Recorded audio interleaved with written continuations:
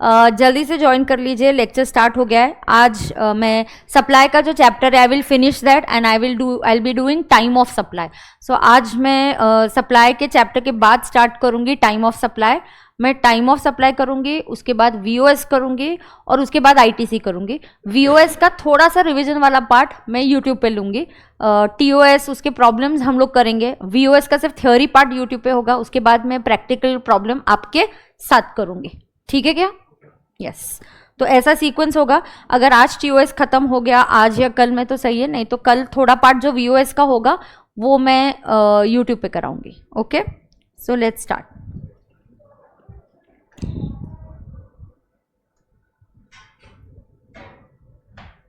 मैं just Telegram group भी open करती हूँ चैट्स देखने के लिए।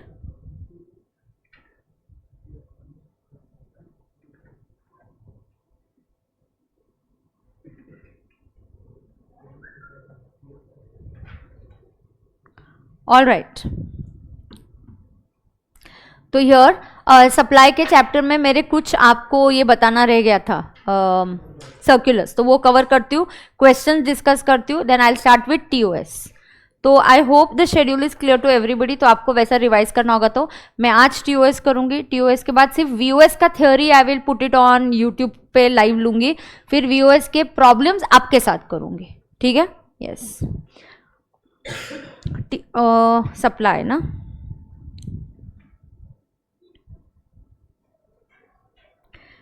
याच्यावर पण चॅट हे करून द्याल का? जीएसटी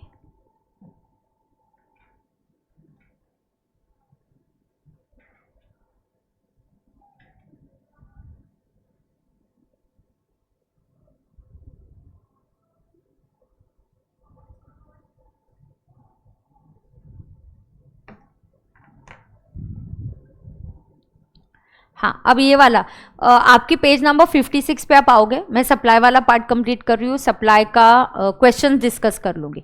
हाँ, तुला काय तुम्हाला नेक्स्ट लेक्चर पासून म्हणजे नेक्स्ट चॅप्टर पासून लक्षात येईल। ठीक है?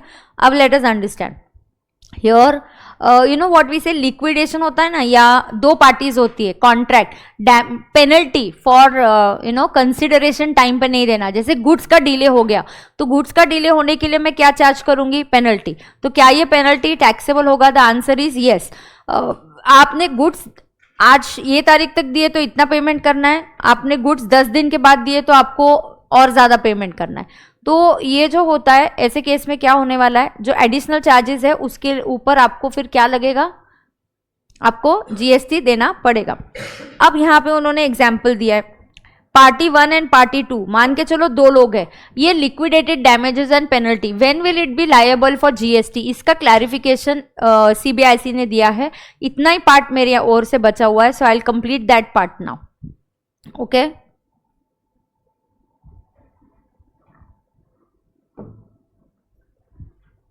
so here let us understand, there is party 1 and there is party 2. now क्या होना चाहिए? इन दोनों के पार्टी के बीच में कॉन्ट्रैक्ट होना चाहिए। now ये जो कॉन्ट्रैक्ट है, this contract can be express or this contract can be implied. तो ये जो कॉन्ट्रैक्ट है ये हो सकता है एक्सप्रेस हो सकता है, और ये कॉन्ट्रैक्ट क्या हो सकता है? इम्प्लाइड हो सकता है। So there is a express contract और there is a implied contract. अब पार्टी 1 ने क्या किया? पार्टी 1 बोलती है okay I will refrain, I will not compete with you, जैसे नॉन कम्पीट फीस है।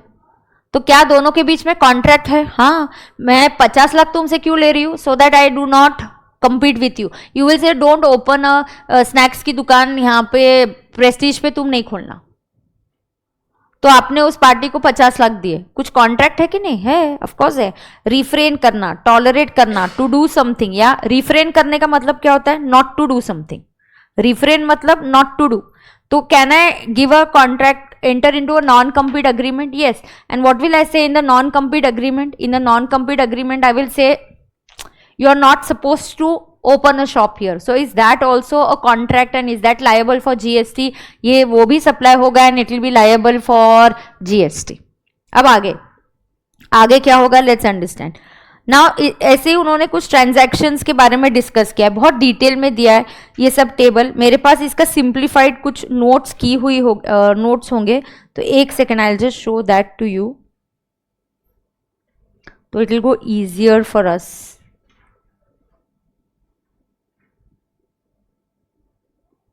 Just give me 2 minutes, I'll just open that. Yeah. तो क्या होगा, मुझे समझाने के लिए भी इजी जाएगा आपको.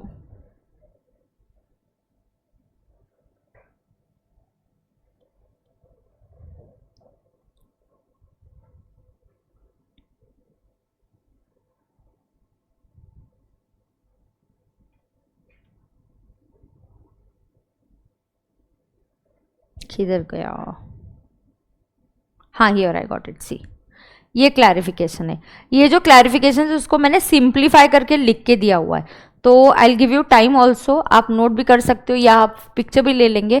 बट वो जो टेबल दिया है उसी को मैंने सिंप्लीफाई किया हुआ है. मतलब क्या, कभी कभी ना दो लोगों के बीच में कॉन्ट्रैक्ट नहीं है. जैसे मैंने वो एग्जाम्पल दिया कि PKD enters, I come in to a no entry, police वाला सेज 1000 रुपीज फाइन दो. 1000 रुपीज फाइन पे क्या जीएसटी आएगा? क्यों नहीं आएगा? क्योंकि पीकेडी और पुलिस वाले के बीच में कोई कॉन्ट्रैक्ट नहीं था.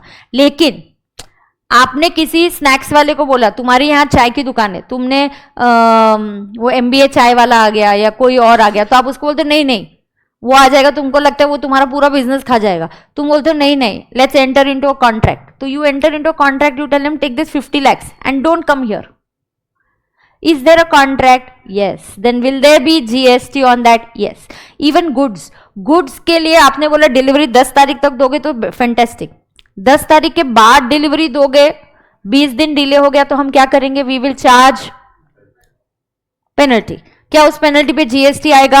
आंसर इज यस, उस पेनल्टी पे जीएसटी आएगा. बिकॉज दोनों के बीच में कॉन्ट्रैक्ट है. कॉन्ट्रैक्ट इंप्लाइड हो सकता है, रिटर्न हो सकता है, एक्सप्रेस भी हो सकता है, इंप्लाइड कॉन्ट्रैक्ट भी हो सकता है ना. इसका बहुत अच्छा उन्होंने एग्जाम्पल दिया है. आइडियली मैं आपको बताती हूँ, इन तीनों चीजों के उन्होंने ये 3 एग्जाम्पल्स दिए. आपके नोट्स में भी है वो, अगर वो आपके नोट्स में आप देखोगे. ये बहुत टाइम कंज्यूमिंग है बट ठीक है, we'll have to do it. और फिर आता है, ये टाइम कंज्यूमिंग है ये थोड़ा पार्ट, बट करना पड़ेगा. अब मैं आपको बताती हूँ, ये है आपके पास, ये टेबल है आपके नोट्स में. यस, तो मैं पहले ये मार्क करके देती हूँ, फिर दूसरा टेबल है वो आपको फोटो देती हूँ. अब देखो, आपको 3 चीजें, रिफ्रेन फ्रॉम समथिंग, ऑब्लिगेशन और टॉलरेट अ सिचुएशन, और agreeing to do something, an act. Now let's say non-compete agreements. Non-compete agreements. What are you asking in non-compete agreements? Don't do something. Are you telling the MBA चाय वाला कि यहाँ पे आके चाय की दुकान ओपन मत करना? तो पैसे लेके he is agreeing not to do something. He is refraining from something.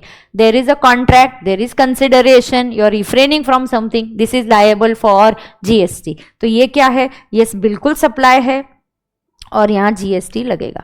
ये सप्लाई भी है और इस पे क्या लगेगा? जीएसटी भी लगेगा. This is supply and it will be liable for GST. Now let's go ahead and understand. उसके आगे लाइव स्ट्रीमिंग स्टूडेंट सेंड ना समथिंग, थम्स अप, हेलो, हाय, कुछ तो बोलो ना, मेरे को समझेगा सब सही चल रहा है. उसके आगे देखो, agreeing to tolerate something.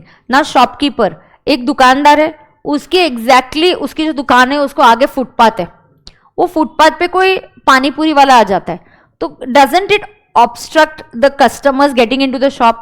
He says don't यहाँ पे चाहे तुम्हारी पानी पूरी का स्टॉल यहाँ पे मत लगाओ.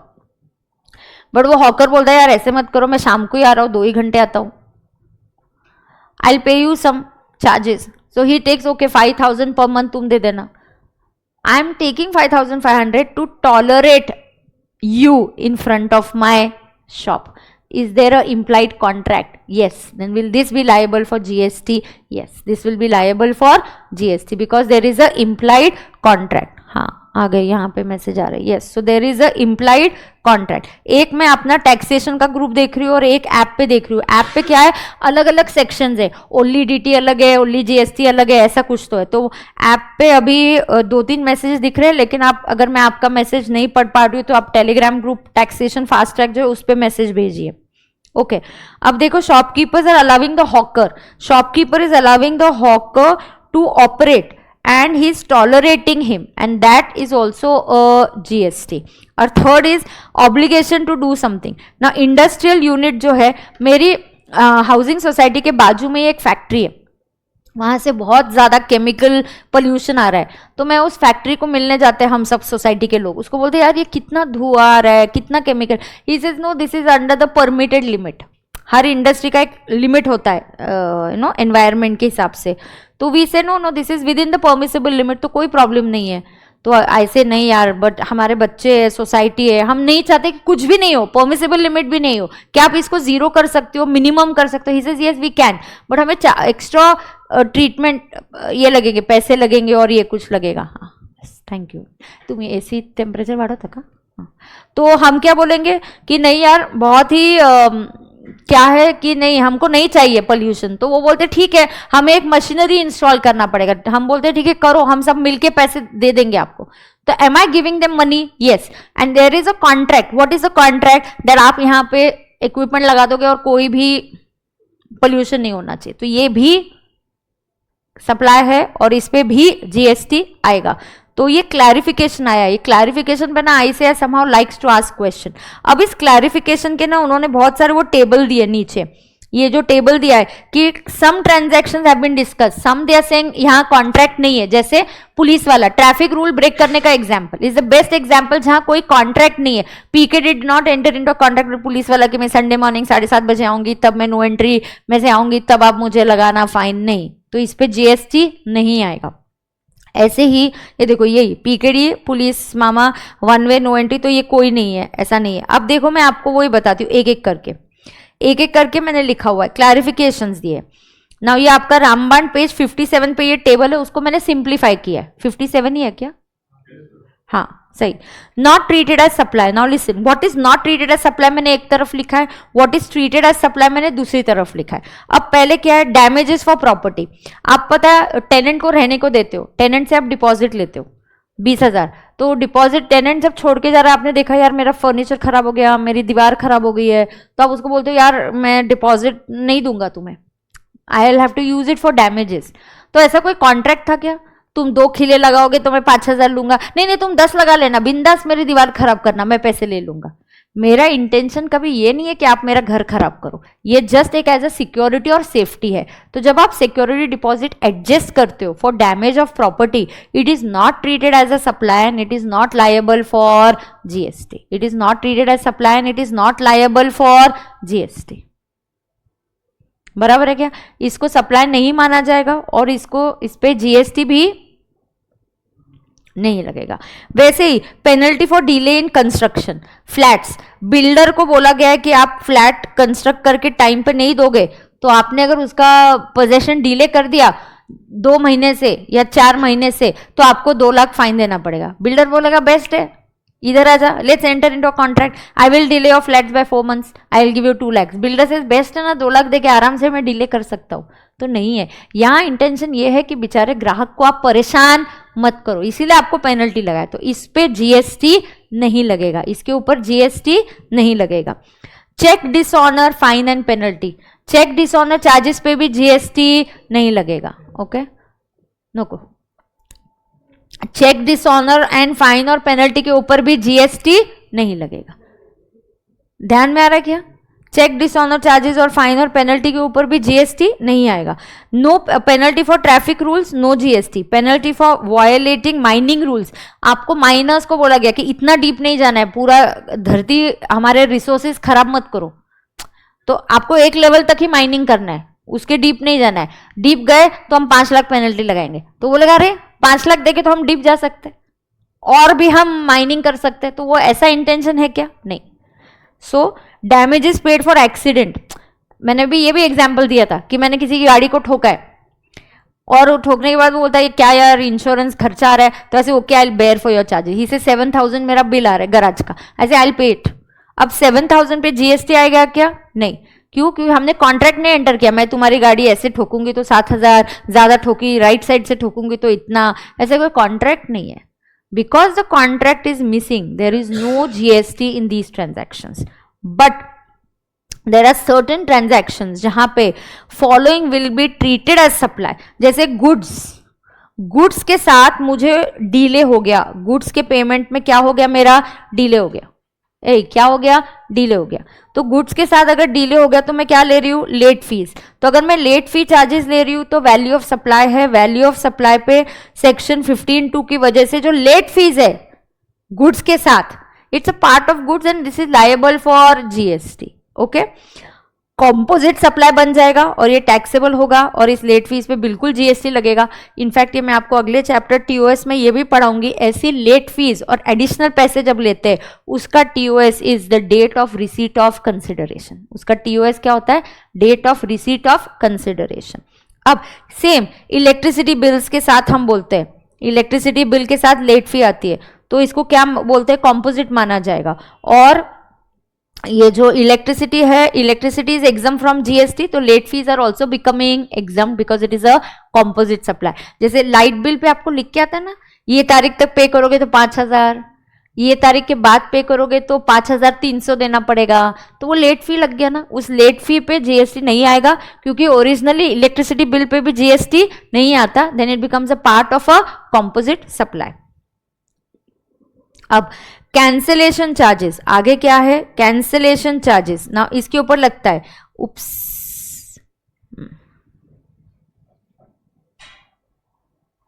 Cancellation charges, tour tickets and transportation and hotel. तो कैंसिलेशन चार्जेस है tour tickets, transportation and hotel. Is this taxable? Yes, क्योंकि क्या होता है ना बेटा, देखो मैंने टूर के लिए आपसे पैसे लिए, आई टुक 50,000 एडवांस, हाँ, तो 50,000 मैंने एडवांस लिया, फिर मैंने होटल वाले को दिया होगा, मैंने आगे किसी को दिया, गाड़ी बुक करी, टिकट्स बुक करी, एंड देन यू से नहीं अब मेरा कैंसिल हो गया। आई से सॉरी, ये 50,000 मुझे क्या करना पड़ेगा, फोरफिट करना पड़ेगा, आई will not give it back, क्योंकि ये मेरा सबको एडवांस देने में ये पैसे चले गए, तो इसको मुझे क्या करना पड़ेगा, टैक्सेबल ही करना पड़ेगा, मैं लेना ही पड़ेगा। और हम भी बोलते हैं कि हाँ अगर ले ही रहे हो तो इसको टैक्सेबल भी करो, पे GST, because it's very complicated and I've already given it. Okay, similarly prepayment charges by bank, prepayment charges by bank for loan is taxable because बकायदा हम अग्रीमेंट एंटर करते कि आप प्रीपेमेंट नहीं करोगे, और अगर आप प्रीपेमेंट करोगे तो आपको चार्जेस लगेंगे, बकायदा उस चार्जेस पे हम आपसे जीएसटी भी लेंगे। फिर आते हैं टिकट के रेलवे चार्जेस, अगर वो भी फोरफिट किए तो वो भी टैक्सेबल है। Penalty for terminating lease early, अगर आपने मेरी building we enter into a contract कि आप 4 साल तक बिल्डिंग रेंट पे लोगे, लेकिन आपने बिल्डिंग 4 साल के पहले ही छोड़ दिया, तो देयर इज अ क्लॉज कि अगर आप बिल्डिंग पहले ही छोड़ दोगे तो हम आपसे 5 लाख पेनल्टी लेंगे, तो उस 5 लाख पे जीएसटी आएगा। Okay, and tour charges forfeited, is that also taxable? Yes, that is also taxable. Tour, तो ये मैं आपको एक बार दिखाती हूँ, एक मिनट, हाँ। सो दिस इज क्लैरिफिकेशन फॉर, ये मैंने रामबाण का पेज 57 सिंप्लीफाई किया है, तो एक मिनट मैं ऐसे थोड़ा जूम करके दिखाती हूँ। यहाँ तक आप फोटो ले लो, एक मिनट, तो फिर मैं, हाँ यहाँ तक ले लो, पॉइंट कंप्लीट हुआ। सो टेक अ पिक्चर और मैं उसके नीचे और भी आपको take a picture so that you can write this.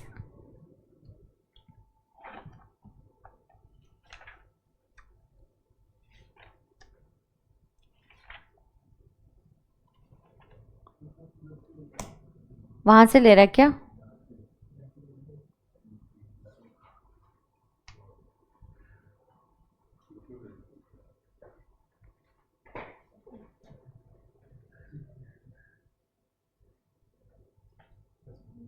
हाँ अभी नहीं, और एक स्क्रॉल करती हूँ, ये कैंसिलेशन वाला, ये वाला point number 2 to point number 6, take a picture.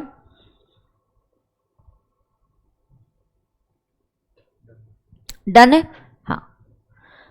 तो ये एक था, और एक बाकी का क्लॉज बचा था टेनेंसी। एक कौन सा क्लॉज बचा है?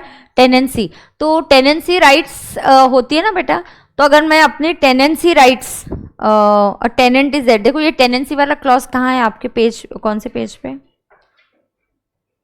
Can you just tell me the page number for tenancy?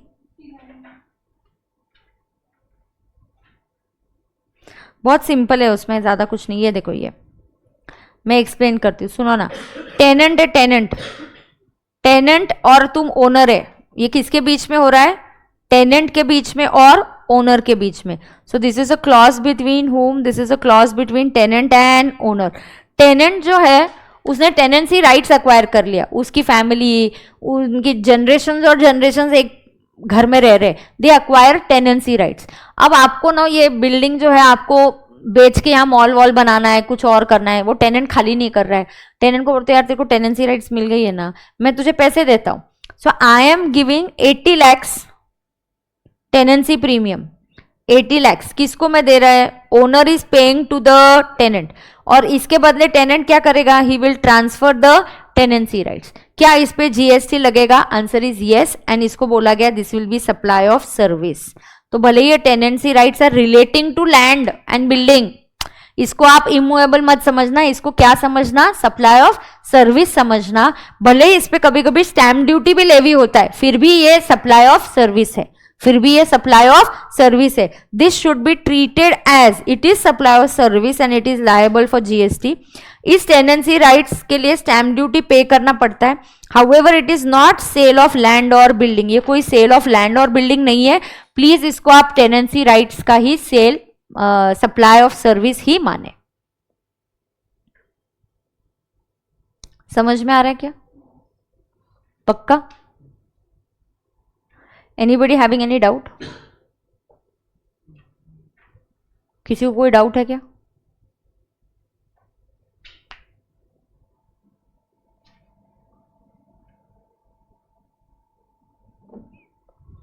नहीं, नो? तो मैं सप्लाई के पीछे के क्वेश्चन डिस्कस कर लूँ आपसे फटाफट, तो फिर सप्लाई का चैप्टर कंप्लीट हो जाएगा। Then I will start with TOS. मैंने शेड्यूल आपको ये बोला बेटा, सुनो मैं कैसे करूंगी। ये सारे चैप्टर्स इंपॉर्टेंट है, मैं टीओएस करूंगी आज और कल। देन वीओएस का theory part I will take it on YouTube. Then VOS के प्रॉब्लम्स मैं आपके साथ करूंगी ऐप पे। Do you understand this? एक आध दो चैप्टर्स मुझे भी वो यूट्यूब पे लेना है for the regular batch students, but I will not take entire thing there. मतलब इवन कैपिटल गेन्स मैंने वहां पे लिया, लेकिन आपके साथ मैंने कैपिटल गेन्स एक्स्ट्रा प्रॉब्लम्स किए। So even if I just take the VOS theory, ये क्यों, फिर मुझे प्लान करना पड़ता है, to tell the students also कि वीओएस की थ्योरी होने वाली है, तो इसलिए मैंने शेड्यूल बनाया। इसके बाद मैं आपके साथ क्या लूंगी, आईटीसी लूंगी। तो ये ऐसा पहले सीक्वेंस होगा, फिर आईटीसी का जब चैप्टर खत्म हो जाएगा तब अपन डिसाइड करेंगे कि आगे क्या सीक्वेंस लेना है, ठीक है?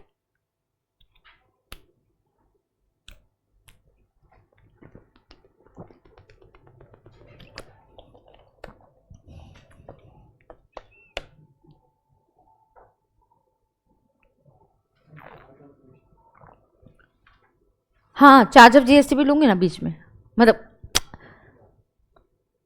of course I'll take everything, I'm going to take। हाँ, नहीं, तो आज टीओएस की जगह चार्ज ऑफ जीएसटी लूँ क्या है, मतलब एक हाथ 2 दिन का फर्क है, वैसे भी कुछ नहीं, what ever, I don't mind anything. अरे सब कुछ सही है, 4-5-6 दिन में सब होने वाला है ना?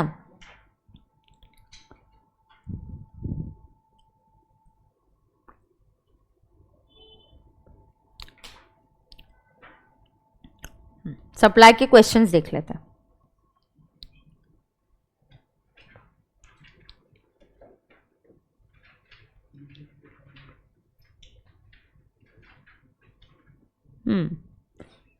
I will discuss the questions. First देखो क्वेश्चन 1, मेघराज एंड कंपनी विशेष, बहुत सिंपल होगा, तो ये बहुत सिंपल है कि इसका टैक्सेबल इवेंट क्या है। कम ऑन यार, what is the taxable event for GST? Supply is the taxable event. Damodar private limited registered in Delhi is planning to transfer some goods. आपको क्वेश्चंस होमवर्क के लिए दिए थे, आप करके आओगे, और मेरी आशा है कि आपने किए होंगे, फिर आपके जो डाउट्स है आप रेडी हो या आप समझने के लिए रेडी हो। Now Damodar private limited registered in Delhi is planning to transfer some goods to its branch registered in West Bengal. Do you see its branch? That means, do you realize it's a DDP, it's a deemed distinct person, and it is transferring some goods without consideration. C missing है, जब C missing होता है तो आपको कहाँ जाना पड़ता है, शेड्यूल 1 में जाना पड़ता है, जब C नहीं होता तो we go to schedule 1, so that the goods can be sold from the branch. The company believes that the transaction that will be undertaken would not qualify as supply as there is no consideration is involved. Whether transfer of goods कौन certain whether, हाँ, transfer of goods by Damodar private limited to its branch office will qualify as supply, ऐसा बोला गया। ठीक है, तो यहाँ क्या होता है देखो, क्वेश्चन नंबर 2 में फर्स्ट पॉइंट आपका क्या आना चाहिए, provision of law. You should write it and underline provision of law. तो प्रोविजन ऑफ लॉ क्या बोलता है, whenever a single person having same PAN has 2 different registration, he is treated as DDP, deemed distinct person. Then you must also say as per schedule 1 of section 7 of CGST Act 2017, any supply of G or S, short forms मत use करना, any supply of goods or services between related persons and deemed distinct persons, even if it is without consideration, would be treated as supply. एग्जाम में आपको खुद को याद दिलाना, O C missing है, शेड्यूल 1, शेड्यूल 1 में क्या है, बार API are related person and deemed distinct. यहाँ रिलेटेड पर्सन की डेफिनेशन या ये कुछ बोलने की जरूरत नहीं है, मुद्दा यहाँ DDP का है, तो प्रोविजन ऑफ लॉ लिख दो। Second, write down facts of the question. So in this question, Damodar's office in Delhi and its branch in West Bengal are DDP because they have separate registration, and any stock transferred without consideration would be treated as a supply. Third, conclusion फिर से लिख के देना that this would constitute as a supply as per schedule 1 of section 7 of CGST Act, and the opinion of the company is incorrect. उन्होंने बोला है ना, it believes that the transaction would not be supply, तो आप बोलोगे नहीं, this is a incorrect and this would be treated as a supply. सही है क्या? आगे question 3, Prithvi is engaged in supply of goods. It inquires from his tax advisor, are there any activities which will be treated as supply? Yes. अगर आपको बहुत ही याद भी आ रहा है तो आपको पता है, आप इवन वो सब सेक्शन भी कोट कर सकते हो, section 7(1)(c) of CGST Act read with schedule 1 list down 4 activities which are treated as supply even if it is without consideration. So disposal of business asset, ITC is taken, transaction between deemed distinct and related person, transaction of goods between agent and principal, and importation of services from related person without consideration whether in the course of B or not in the course of B. नहीं बराबर बोला क्या? No, in the course of B होना ही चाहिए, sorry ये बिना सी के है, सॉरी शेड्यूल 1 में वैसा नहीं है। शेड्यूल 1 बोलता है importation of services from related person in the course of business even if it is without C will be treated as supply. B को सी, आई को बी या सी में से किसी एक का साथ चाहिए ना, सी ने साथ छोड़ दिया तो इधर बी तो चाहिए ही चाहिए। ऐसा याद रखोगे तो कंफ्यूजन नहीं होगा। हाँ, अब क्वेश्चन नंबर कौन सा है, 4, composite supply is treated as supply of that particular supply which attracts the highest rate of tax. Is this correct? No. Mixed supply में वैसा होता है, composite supply में पूरा supply is treated as the supply of principal supply. This is so as per section 8A. बराबर है। Transfer of title, यहाँ पे कुछ बच्चों को मैं लिखवा के दिखाती हूँ आपको, मेरे पास ऑलरेडी आंसर है, I will show it to you. Transfer of title and or possession is necessary for a transaction to constitute supply of goods. Transfer of title and or possession is necessary for a transaction to constitute supply of goods. अब transfer of title and of possession is necessary किस, अभी सुनना बहुत ध्यान से देखना, यहाँ focus कर। मैंने ट्रांसफर ऑफ टाइटल भी किया और पोजेशन भी दे दिया, मैंने बोला ये लो ओनरशिप तुम्हारी, टाइटल तुम्हारा, पोजेशन भी तुम्हारा, ये सेल हुआ, सेल ऑफ गुड्स हुआ, क्योंकि ट्रांसफर ऑफ टाइटल हुआ। टाइटल दिया कि नहीं, तो दिस इज सप्लाई ऑफ जी। अब मैं क्या करती हूं, मैं बोलती हूँ टाइटल नहीं है, ये गुड्स तुम्हारे नहीं है, सिर्फ यूज कर लो। पोजेशन में दे रही हूँ, पोजेशन क्यों दे रही हूँ, यूज के लिए, this is renting, allowing somebody to use, this is a supplied, this is a use। Title नहीं दिया तो possession क्यों दिया, यूज करने के लिए। then this is use, it is temporary transfer and this is supply of S। और जब मैं ट्रांसफर ऑफ पोजेशन दे रही हूँ, लेकिन बोल रही हूँ गाड़ी लेके जा, ये गाड़ी तुम्हारी है, लेकिन टाइटल जब तुम लास्ट इंस्टॉलमेंट पे करोगे तब होगा। ट्रांसफर फ्यूचर में हो रहा है, टाइटल अब ट्रांसफर नहीं हो रहा है, कब हो रहा है, बाद में. Then this is supply of goods and it is example hire purchase. यहाँ एग्जाम्पल में क्या बोलना है, एचपी मतलब I want to say what, hire purchase. इसका एग्जाम्पल क्या है, हायर परचेज और sale on approval basis. So temporary transfer is renting and permanent transfer is goods, ये हमें पता है. पोजेशन अभी दे रही हूँ बट टाइटल, तो क्या ऐसा जरूरी है क्या कि सप्लाई होने के लिए transfer of title and possession दोनों देना जरूरी है? हाँ, सप्लाई ऑफ गुड्स होने के लिए जरूरी है, और गुड्स के लिए भी टाइटल आज नहीं दिया तो फ्यूचर में तो देना पड़ेगा. हाँ, लेकिन टाइटल नहीं दोगे और पोजेशन दोगे तो ये सप्लाई होगा but it will be supply of service. Yes, so you can note this down for example question number 5. If anybody wants to note it down, take it down. This is for question number 5.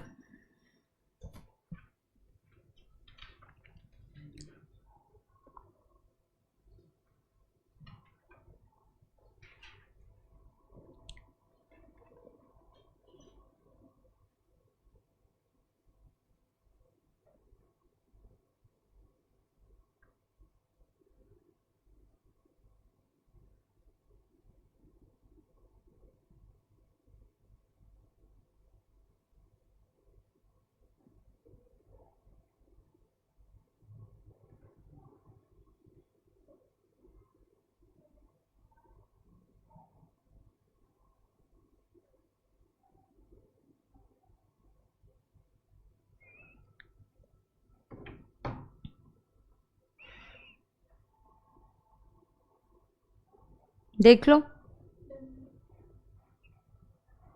Question number 5 done. बोलना, problem है क्या, बोलो. हाँ, अच्छा अच्छा, हाँ, okay, let's go ahead. Question number 6.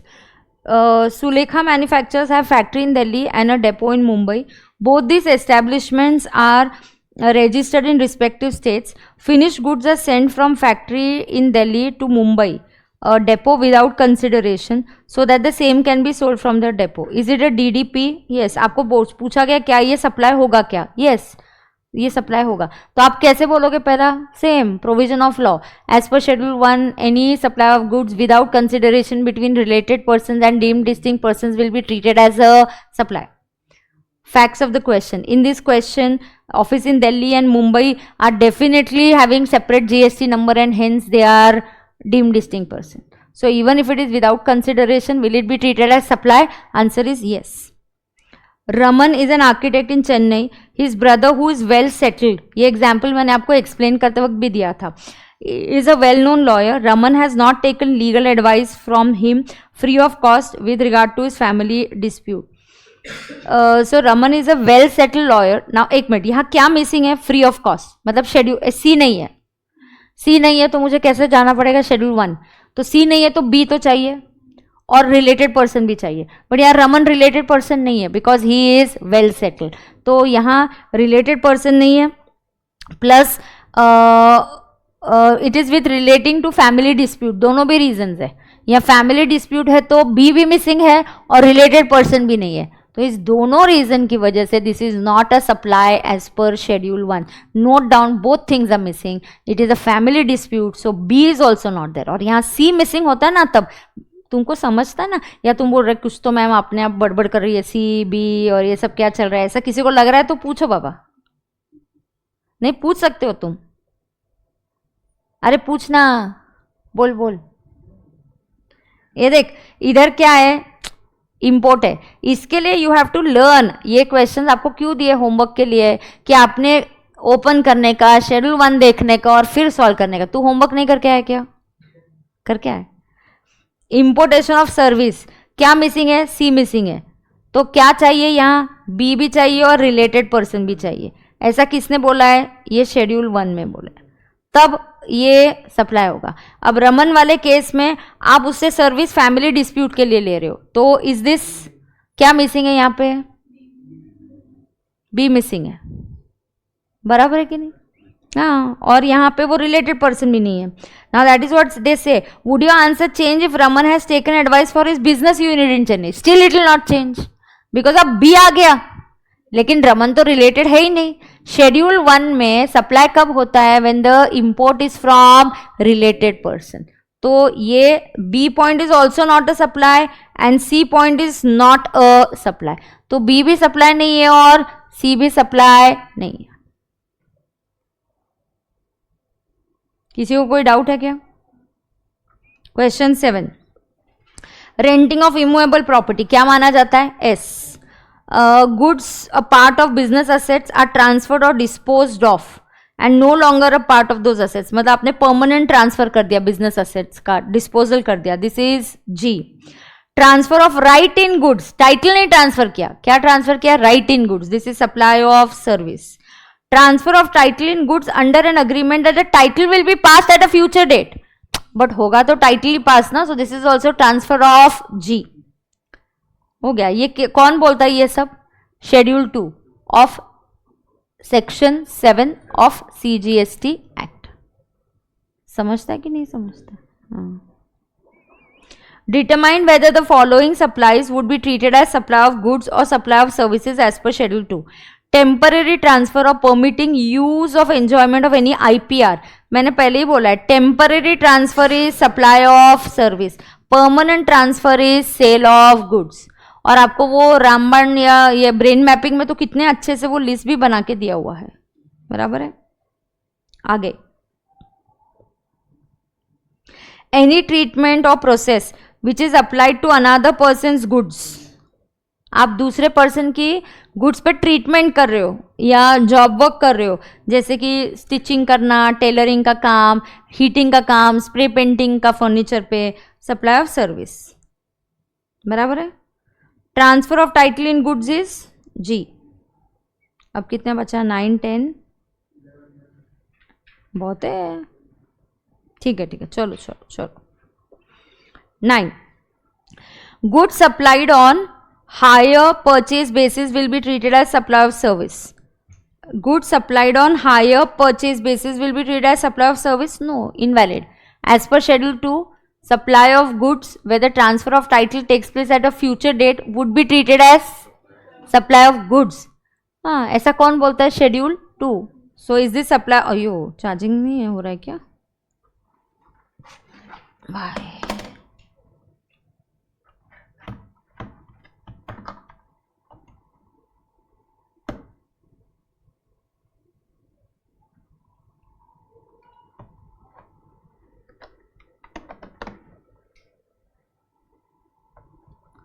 On तो है सब कुछ।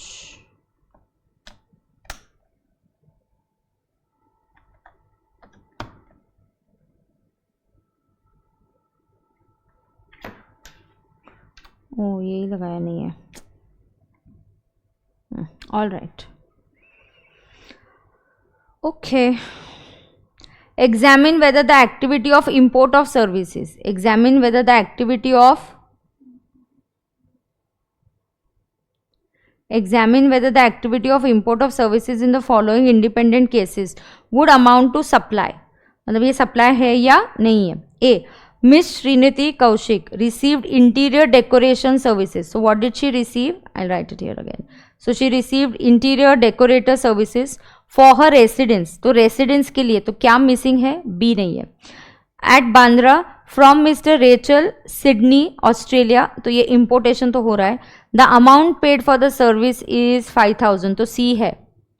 So this is importation of services for consideration whether in the course of business or not in the course of business will be treated as supply as per section 7(1)(b. तो क्या ये supply होगा? Answer is yes, it will be supply. सही है। Miss Sriniti Kaushik received interior decoration services for her residence located at Bandra, Mumbai from her brother, Mr. Varun, residing in Sydney, Australia, wholly dependent on Miss Sriniti. Further, Miss Sriniti did not pay any consideration. So what is missing? C is missing. क्या missing है यहाँ पे? C missing है। She received importation for her residence, तो B भी missing है। From her brother, related person Varun, but Varun is wholly dependent on Sriniti. तो related person है. Further miss Shrinidhi did not pay consideration, but did she receive it for her business purpose? नहीं, तो B भी नहीं है. तो इसीलिए ये सप्लाई नहीं होगा. क्यों? ये कहाँ कवर हो रहा है? ये शेड्यूल 1 में. शेड्यूल 1 क्या बोलता है? सप्लाई होने के लिए अगर सी नहीं है तो बी तो होना चाहिए, because she is getting it for her residence, this is not a supply.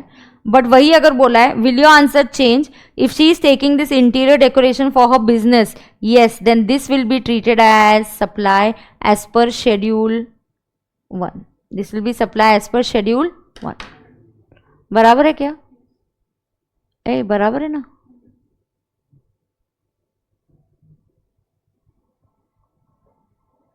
Question 11.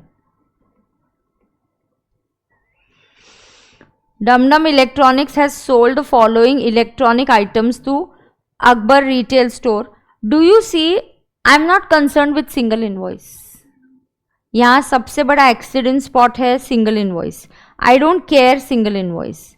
What is important is each का price is indicated separately. Single word से डोमिनेट मत हो जाओ. क्वेश्चन आपको डोमिनेट करने लगेगा तो आप गलत आंसर दोगे. Single invoice is not the criteria. Single price हुआ तो ये मिक्स सप्लाई होगा. ये डीमार्ट वाला एग्जाम्पल है. ये डीमार्ट वाला एग्जाम्पल. आप सिंगल चेक दो, सिंगल इनवॉइस हो, उससे मुझे कोई फर्क नहीं पड़ता.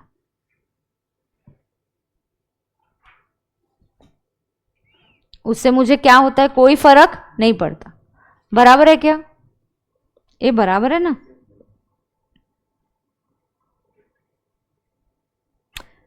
As a composite discounted price, now state the supply and tax rate applicable. तो हर एक पे लगेगा, रिस्पेक्टिव रेट लगेगा आपको. तो what we are saying, see understand, ये डम डम electronics is just like a example of D mart. तो आप रेफ्रिजरेटर पे रेफ्रिजरेटर का रेट लगेगा, स्टेबिलाईजर पे जो स्टेबिलाईजर का है.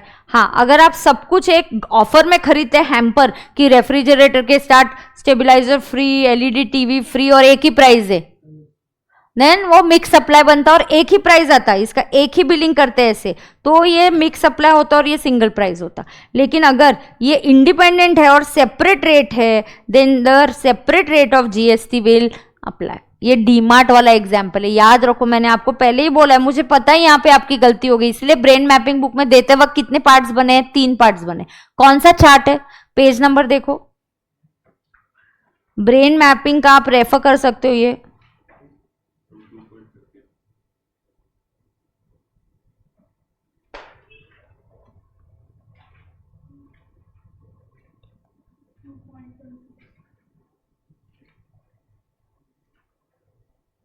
हाँ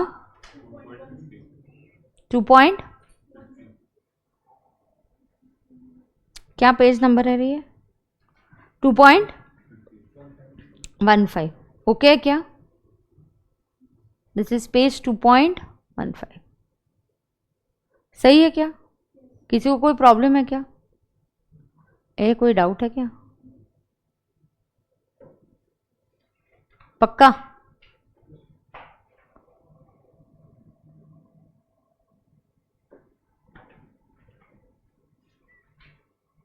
तो same was already given, right? अभी Manikaran, registered supply of Delhi supply 20,000 packages. ना ये पैकेजेस किस पे दिए? एट ₹30. कितने प्राइस पे दिया? एट ₹30. बेटा ऐसा कहीं होता है क्या कि 2 चॉकलेट और 2 फ्रूट जूस और बॉटल एक ही पैकेट में आता है, टॉय बलून भी है और प्राइस एक ही है 30, सिंगल प्राइस? ये मिक्स सप्लाई हो गया. ऐसा है क्या कि मुझे टॉय बलून के साथ या फ्रूट जूस के साथ चॉकलेट या ये सब मिलना ही चाहिए? ऐसा कुछ है क्या? नहीं.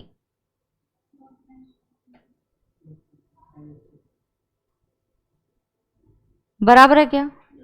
तो will this be liable for GST? No. Will, yes, it will be not liable, मतलब sorry, on this 30 what rate will apply? Highest rate will apply. तो आप ये सिंगल प्राइस है 30, तो आप 18% लगाओगे। यहाँ पे देखो मैंने ये सब आपको एग्जाम्पल के फॉर्म में बताया था, तो देखो कैसे होगा। 30 rupees for 20,000 packets, the sale will be 6 lakhs, GST on 6 lakhs will be at 18% and that will be 1,08,000 will be output tax। यही आपको कंबाइन करके जो पहला क्वेश्चन आता है ना, कभी कभी ये भी बोला था मैंने आपको कि ये कॉन्सेप्ट में से आउटपुट टैक्स या ITC के चैप्टर वाला क्वेश्चन और ये कंबाइन करके आ सकता है। ठीक है, अब क्या बचा? 13, 14। गगन इन हरियाणा, क्या है रे इसमें? हाँ, रिपेयर वर्क पे GST लगेगा क्या, उस कन्वेंस पे लगेगा? रिपेयर वर्क पे लगेगा, राइट। सो वही है, ये देखो DDP है, ट्रक जा रहा है और रिपेयर सर्विस है, there will be GST on repair service. Reason, any supply of goods or as between related persons or DDP without consideration is supply as per schedule 1 read with section 7(1)(c). On the conveyance carrying tools or passengers or goods will not be treated as supply। the conveyance जो passengers या goods या tools के लिए जाता है उस गाड़ी पे नहीं लगेगा, बट उस जो गुड्स जा रहे हैं उस पे लगेगा, या जो सर्विस हो रही है उस पे लगेगा। ये सब मैंने आपको कहाँ सिखाया, वो सर्कुलर वाले इसमें। यस, एज पर, ये आपको लिखना है क्या एग्जाम्पल देखो। As per CBIC clarification there is no GST on modes of conveyance between DDP use to carry tools rigs. तो कन्वेंस पे नहीं लगेगा, लेकिन उसकी जो सर्विस की वैल्यू है उस पे लगेगा।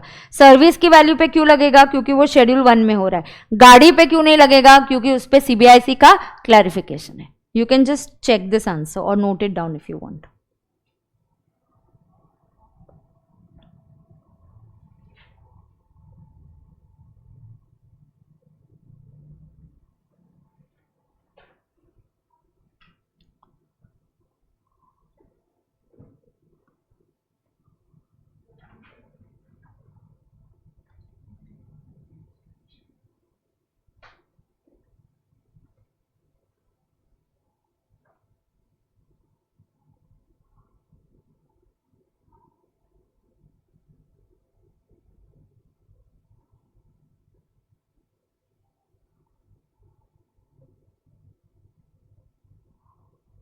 Are we done?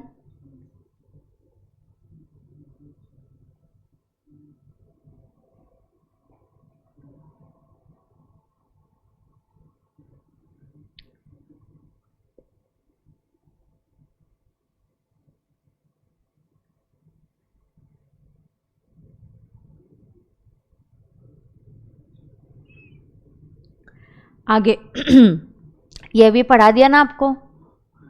आगे ये वाला भी, आप क्या लाइसेंस किसके लिए पैसे दे रहे हो आप? Alcoholic liquor for human consumption. So alcoholic liquor for human consumption पे GST नहीं लगता है। अदर लाइसेंस फी पे लगेगा क्या? हाँ, लेकिन alcoholic liquor for human consumption पे लगेगा क्या? नहीं। Is that clear? Okay, yes. Any other doubts you have? I go ahead. क्या हुआ, कोई डाउट है क्या? पूछो।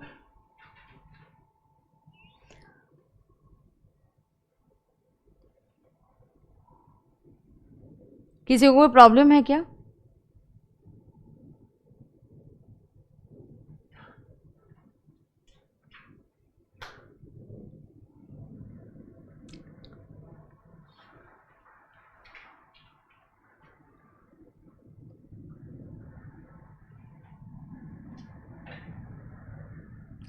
किसी को कोई प्रॉब्लम है क्या? नहीं। Let's do TOS। तू ये ले बुक, इसमें से ये कर। चलो TOS करें।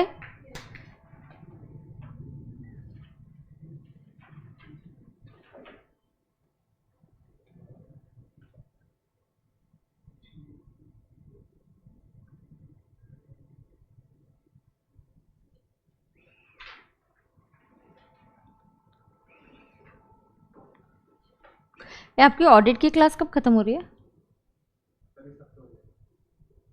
ये वीक में हो जाएगी। ओके, उस टाइम पे। हाँ, हाँ okay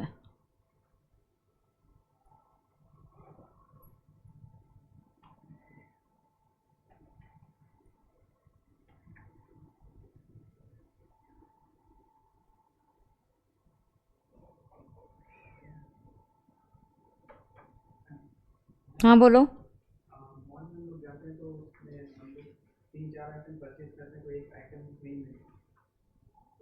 Buy one get one free. Doesn't matter. Then you check, is it a mixed supply or is it a composite supply, and then you decide. It's a mixed supply, then the highest rate will apply. Let it be at zero value. It's like buy one get one free. मुझे buy one get one free मिला. It appears to be free but it is not free. It's a कि ये तीन खरीदोगे तो इतने में price में मिलेगा, मतलब दो के प्राइस में तीन प्रोडक्ट्स मिल रहे हैं, मतलब एक फ्री मिल रहा है. But it's not free, you're paying some consideration. Then you see it's a mixed supply, then the highest rate will apply.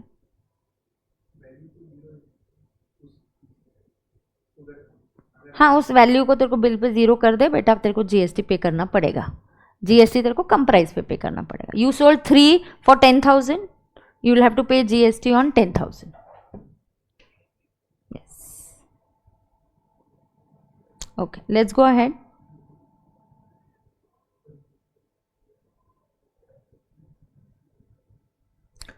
TOS करते. क्या करते अपन? TOS करते.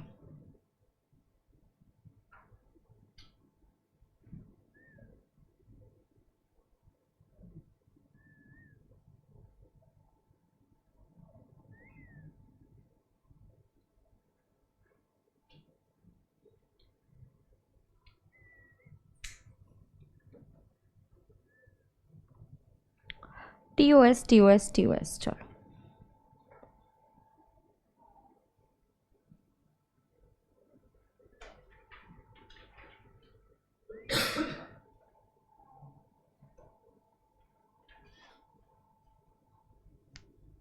ब्रेन मैपिंग से कराती हूँ आपको. पहले मैं सिर्फ मैं वही देख रही हूँ.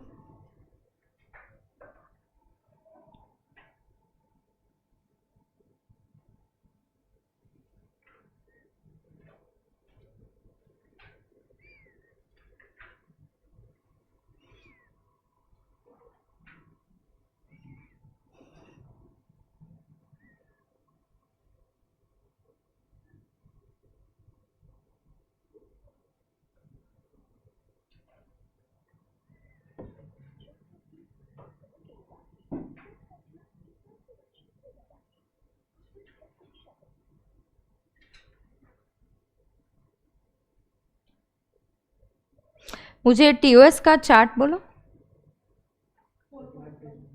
4 पॉइंट आ गया. चैतन्य मला TOS चा चार्ट दे ना, रोटेट करून टाक ना लॅपटॉपवर. TOS time of supply.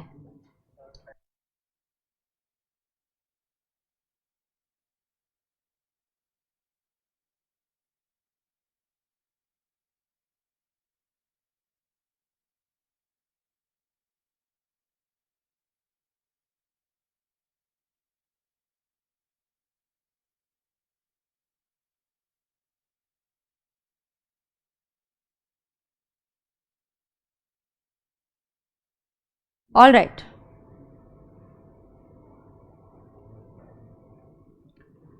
We are attending audit ना. अभी ऑडिट है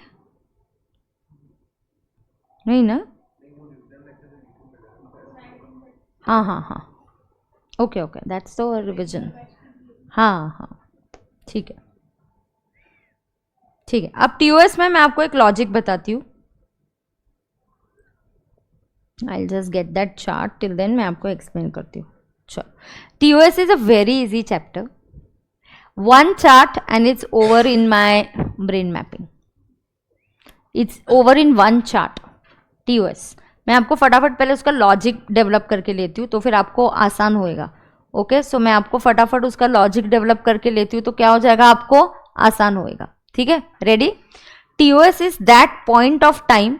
TOS is time of supply. Now time of supply is going to be different for G and it is going to be different for S. तो सबसे पहले आप brain mapping book में या कहीं कि टीओएस जी के लिए अलग है और एस के लिए अलग है ना, कुछ पॉइंट्स मैं आपको पहले यहाँ पे नोट करती हूँ, फिर हम चार्ट देखते हैं, वहां पे जो नहीं होगा कुछ नोट करना है तो हम नोट कर लेंगे, ठीक है। तो अब देखते हैं टीओएस जो है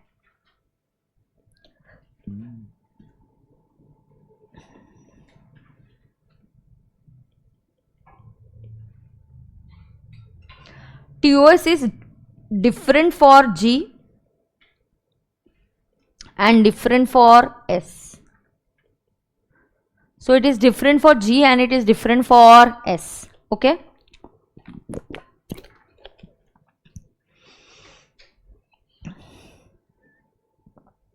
TOS जानने के लिए आपको बहुत इंपॉर्टेंट है दो सेक्शंस और जानना।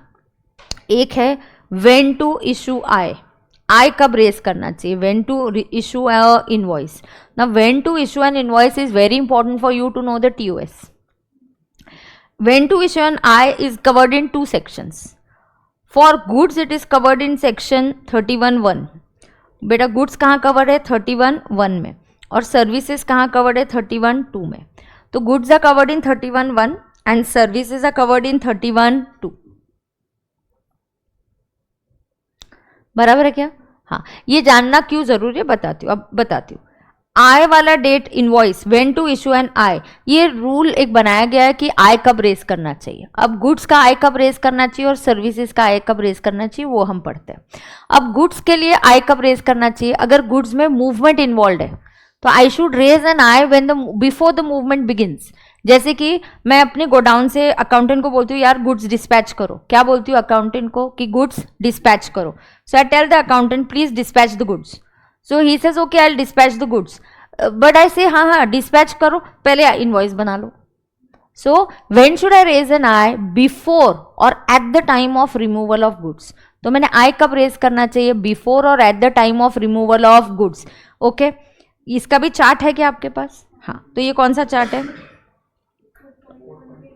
हाँ 4.1, 1 minute, let me just open that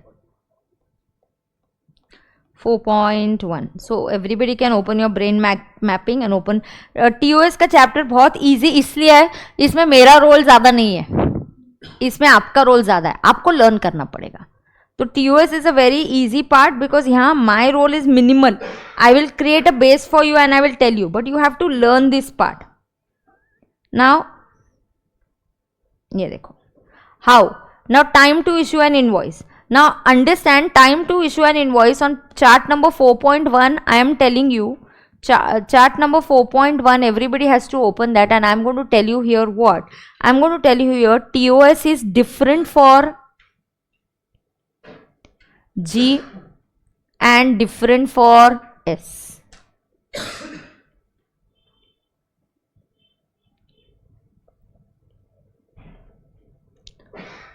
TOS is different for what? G and different for S. किसके लिए TOS अलग है, G के लिए अलग है और S के लिए अलग है। TOS जानने के लिए I'll tell you why, generally I'll tell you कैसे होता है। किसी भी चीज का TOS जानने के लिए first let's understand this section, then I'll tell you how this chapter is very easy. Okay, पहले अगर 31(1) गुड्स के लिए when should I raise the invoice? When the movement of goods is involved, you must raise it before or at the time of removal. जब आप goods निकालते हो या आपको पहले कभी भी करना है, विच एवर इज अर्लियर वालियर नहीं है यहाँ पे।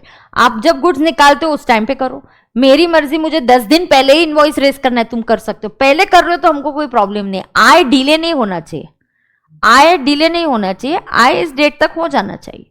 ओके, उसके बाद क्या है, no movement of goods is involve, movement ही नहीं है। जैसे मैंने क्लासरूम बेचा, इस पे जीएसटी नहीं है, बट मैंने बोला इसके साथ मैं बेंचेस भी सेल कर रही हूँ, ये कंप्यूटर भी बेच रही हूँ, ये सिस्टम भी बेच रही हूँ, ये फैन भी बेच रही हूँ, यहाँ के मूवेबल प्रॉपर्टीज भी बेच रही हूँ। तो मैंने क्या किया, आपको क्लासरूम की चाबी हैंड ओवर कर दी कि ये लो क्लासरूम, मैंने तुमको क्लासरूम बेच दिया with all the benches and everything also. Here there is no movement involve. Then when is the I should be raised? When the goods are made available, when the goods are handed over, when the key is handed over.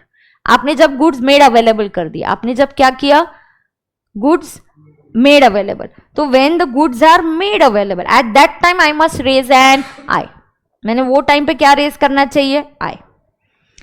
Continuous supply of G हो रहा है, क्या हो रहा है, next third case, continuous supply of G. कैसे G का supply हो रहा है, example through gas pipeline. Supply of G कैसे हो रहा है, गैस पाइपलाइन कंटिन्यूसली। अच्छा कंटिन्यूसली हो रहा है कोई बात नहीं, तुम एक बोलो ना, कंटिन्यूसली तुम गैस सप्लाई कर रहे हो फैक्ट्री में, किसी एलपीजी सिलेंडर है, वो आजकल पाइपलाइन के थ्रू भी आप पास कर सकते हो, तुम पैसे नहीं लोगे क्या? आप क्या बोलोगे, हाँ तुम्हें कंटिन्यूस सप्लाई चाहिए ना, in your factory will give you continuous supply of gas, but तुम्हें पीरियोडिकली बीच बीच में पेमेंट करना पड़ेगा। आप बीच में स्टेटमेंट बनाओगे, इतना मीटर रीडिंग था, अब इतना है, तो वो जो आप बीच बीच में पीरियोडिक स्टेटमेंट बनाओगे। तो यहां पे जी कब, आप इसका आई कब बनाओगे, पीरियोडिकल स्टेटमेंट और पीरियोडिकल पेमेंट। जब आप पीरियोडिकल पेमेंट करते हो तभी आय बनाना पड़ेगा, आपको पीरियोडिकली पेमेंट आ रहा है तभी आय होगा। गवर्नमेंट क्या बोलती है, सप्लायर तू रुक नहीं रहा है तेरे पेमेंट के लिए, हम क्यों रुके, तो आप आय रेज करो। मोमेंट आप पता है क्या, आय या पी, सी कैसे होता है ना, टीओएस में प्रॉब्लम क्या है, कोई भी ट्रांजैक्शन जो है ना बेटा एक ही गो में नहीं होता है। कोई भी ट्रांजैक्शन है गुड्स का एक ही गो में नहीं होता है। गुड्स का आज पहले परचेज ऑर्डर आएगा, गुड्स हम देखेंगे, फिर तुम गुड्स को डिस्पैच करोगे, फिर मैं पेमेंट करूंगी, फिर उसका रिसीव होगा, फिर आय रेज होगा। तो जो सप्लायर है ना वो बेचारा बोलता है यार किस पॉइंट पे टैक्स करूं, क्योंकि ये इवेंट्स है बहुत सारे। एक बार तुम गुड्स का परचेज ऑर्डर दोगे, फिर मैं गुड्स को बनाऊंगी रेडी, फिर मैं डिस्पैच करूंगी, फिर आय बनाऊंगी, फिर मैं पेमेंट इनवॉइस रेज करूंगी, फिर तुम पेमेंट दोगे, पेमेंट क्लियर होगा, तुमको गुड्स रिसीव होंगे, किस पॉइंट पे, तो सप्लायर बोलता ठीक है टैक्स तो मुझे ही पे करना है, अब कब पे करूं ये बता दो। तो गवर्नमेंट ने इसलिए टीओएस के रूल्स बनाए, और जनरली गवर्नमेंट टीओएस के रूल्स में क्या चूज करती है, पी और आई।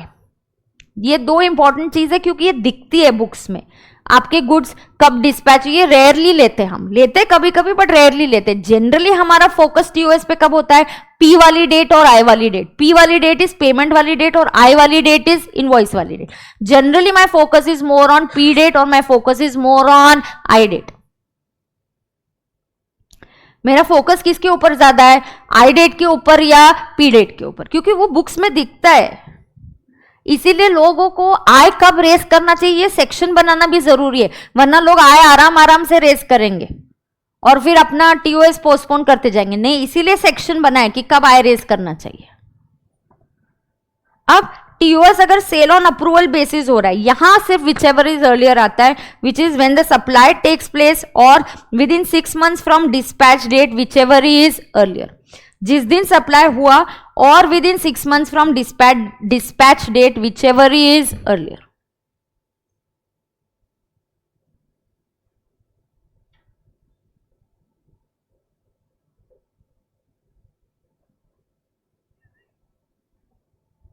बराबर है क्या? अब यहां क्या हो रहा है, when supply takes place or within 6 months from dispatch date, whichever is earlier. Okay अब सर्विसेज के लिए, सर्विसेज के लिए मैं बाद में बताती हूँ 2 मिनट में, पहले मैं जी का भी टीओएस खत्म करती हूँ, फिर सर्विसेज पे आती हूँ और फिर सर्विसेज का बताती हूँ। अब यहां पे देखेंगे हम लोग, इसने अपलोड किया क्या, 1 मिनट, मुझे ना वो फाइल सिर्फ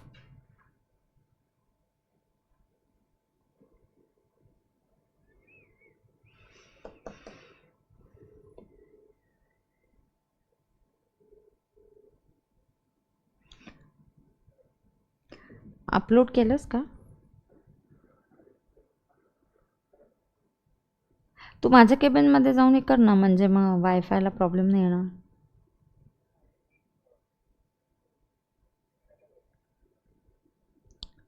हां अरे तू केलंस ना आधी, बरं दे, मी थांबली आहे ते शिकवायला, मी लेक्चरच्या मधूनच तुला फोन करते आहे। हाँ अच्छा, तब तक फिर अपन 31-1 कर ही लेते, 31-2। I won't be able to, वो ना रोटेट थोड़ा सा मुश्किल हो जाता है रोटेट करना। ट्राई क्या, late me just try if it's possible. बाकी पेजेस होते, ब्रेन मैपिंग में करना बहुत मुश्किल है।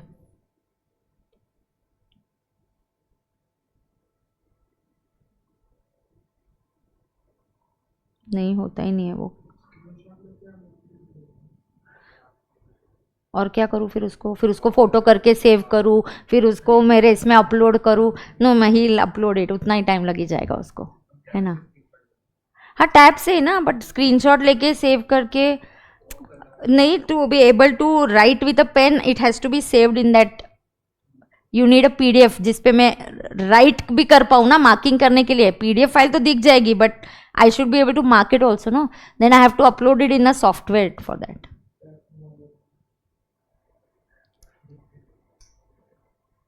Okay, let's understand now, let's understand.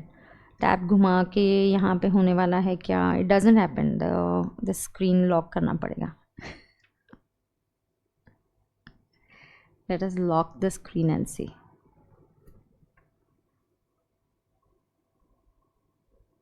Does this come okay now for you all?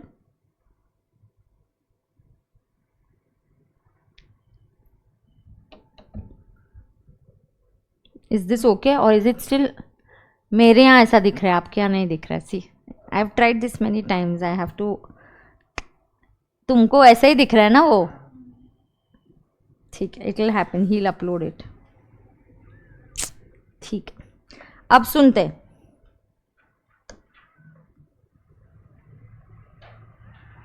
क्यों रे लाइव स्ट्रीमिंग वाले, तुम बात क्यों नहीं करते रे? कुछ भी नहीं बोलते ये कभी भी। चलो सेक्शन 31(2) करते हैं। रेडी क्या? सर्विस वाला भी बता ही देती हूँ, फिर I will come to that chart. Section 31(2) services. ना इसमें क्या हो रहा है देखो, सर्विस मैंने कब दिया? हाँ, मैं अगर सर्विस के केस में the I date is generally service में ऐसे ही होता है कि पहले हम सर्विस दे देते हैं और फिर हम आई रेज करते हैं। तो generally in service cases I should be raise within 30 days. It is 45 days only for banks, FI कर दो और एनबीएफसी। एफआई, बैंक और एनबीएफसी के लिए कितना टाइम है? 45 डेज। ओके, उनके लिए कितना टाइम है? 45 डेज। तो सर्विस के प्रोविजन के बाद I must raise the I within 30 days. And banks, FI and insurance should raise an I within 45 days. Should raise an I within 45 days. If service is stopped, मतलब क्या हुआ? Cessation of service. अगर service क्या हो गई? Stop हो गई। If the service is stopped, then the I is equal to date on which service is seized. सुनो ना, जैसे मैं आर्किटेक्ट है, आई am making a house for somebody, a restaurant for somebody, फिर उसका और वो जो जिसका रेस्टोरेंट है उसका और उस आर्किटेक्ट का टेस्ट मैच नहीं हो रहा है, देन इसे यार एक काम करते हैं, let's stop the work here. आगे का काम मत करो, जितना हो गया उतना हो गया, आगे you don't continue. He says fine. What would the architect first do? He will say I will raise an invoice, at least मैंने 10 दिन काम किया या मैंने एक फ्लोर तुम्हारा डिजाइन किया, सेकंड फ्लोर मैं नहीं करूंगा, बट ठीक है at least I will raise a bill for that. What will I do? I will raise a bill for that much amount. बराबर है कि नहीं? एक सेकेंड, इसको पूछती हूँ क्या हुआ।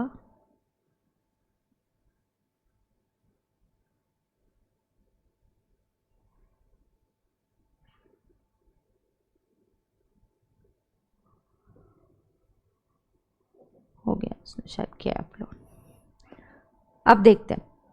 तो यहां देखो, तो आर्किटेक्ट ने अगर सर्विस स्टॉप कर दी, सेसेशन का मतलब होता है स्टॉप करना। सेसेशन का मतलब क्या होता है? सर्विस को स्टॉप करना। So if he stop the service, he will से व्हाट, कोई बात नहीं, मैंने जितना सर्विस किया है उतना तो मैं आपको ये दे ही सकता हूं ना, बिलिंग। तो he will do that. That means अगर the service is stop, I is equal to date on which the service is ceased, मतलब स्टॉप। जिस दिन सर्विस स्टॉप हो गया उस दिन मैं ऑफिस जाऊंगा, ये काम आगे नहीं करना है, फर्स्ट फ्लोर का बिलिंग है 2 लाख का, मैंने काम किया, 2 लाख का बिलिंग कर दो। अगर I is a continuous supply of service, now what is a continuous supply of service? Continuous supply of service का मतलब क्या होता है? Either it's a continuous service, जैसे टेलीकॉम, आपका टेलीफोन, क्या आपका मोबाइल की सर्विस 1 मिनट भी बंद होती है क्या? इरिस्पेक्ट ऑफ बिलिंग या कुछ भी, आपका phone 24/7 you receive telecom services. Telecom service is a continuous supply of S. Telecom service क्या है? कंटिन्यूस सप्लाई ऑफ एस है।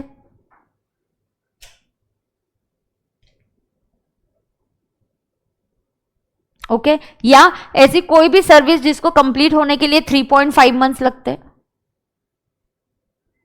या ऐसी कोई भी सर्विस जिसको कंप्लीट होने के लिए क्या लगता है 3.5 मंथ्स, और any service which takes 3.5 months to complete, that is also going to be treated as अ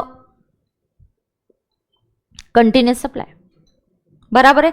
जैसे बिल्डर के यहां मैं फ्लैट लेने जाती हूं तो वो बोलता है कि 2 साल बाद मिलेगा, सो what is this continuous supply. और ये सर्विस है, construction of flat, selling of flat, confuse होने का नहीं, शेड्यूल 2 में पढ़ा है, it is a supply of service, it is a supply of service. ध्यान में आ रहा है क्या सबको? पक्का? यस।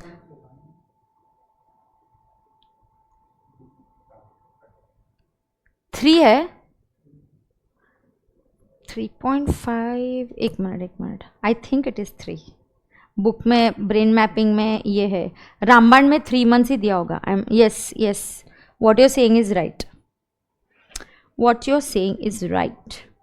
रामबाण में चेक करो ना, रामबाण में इट इज 3 ओनली, मेरा ऐसा ही मानना है, रामबाण में भी 3 है, इधर मिस्टेक है।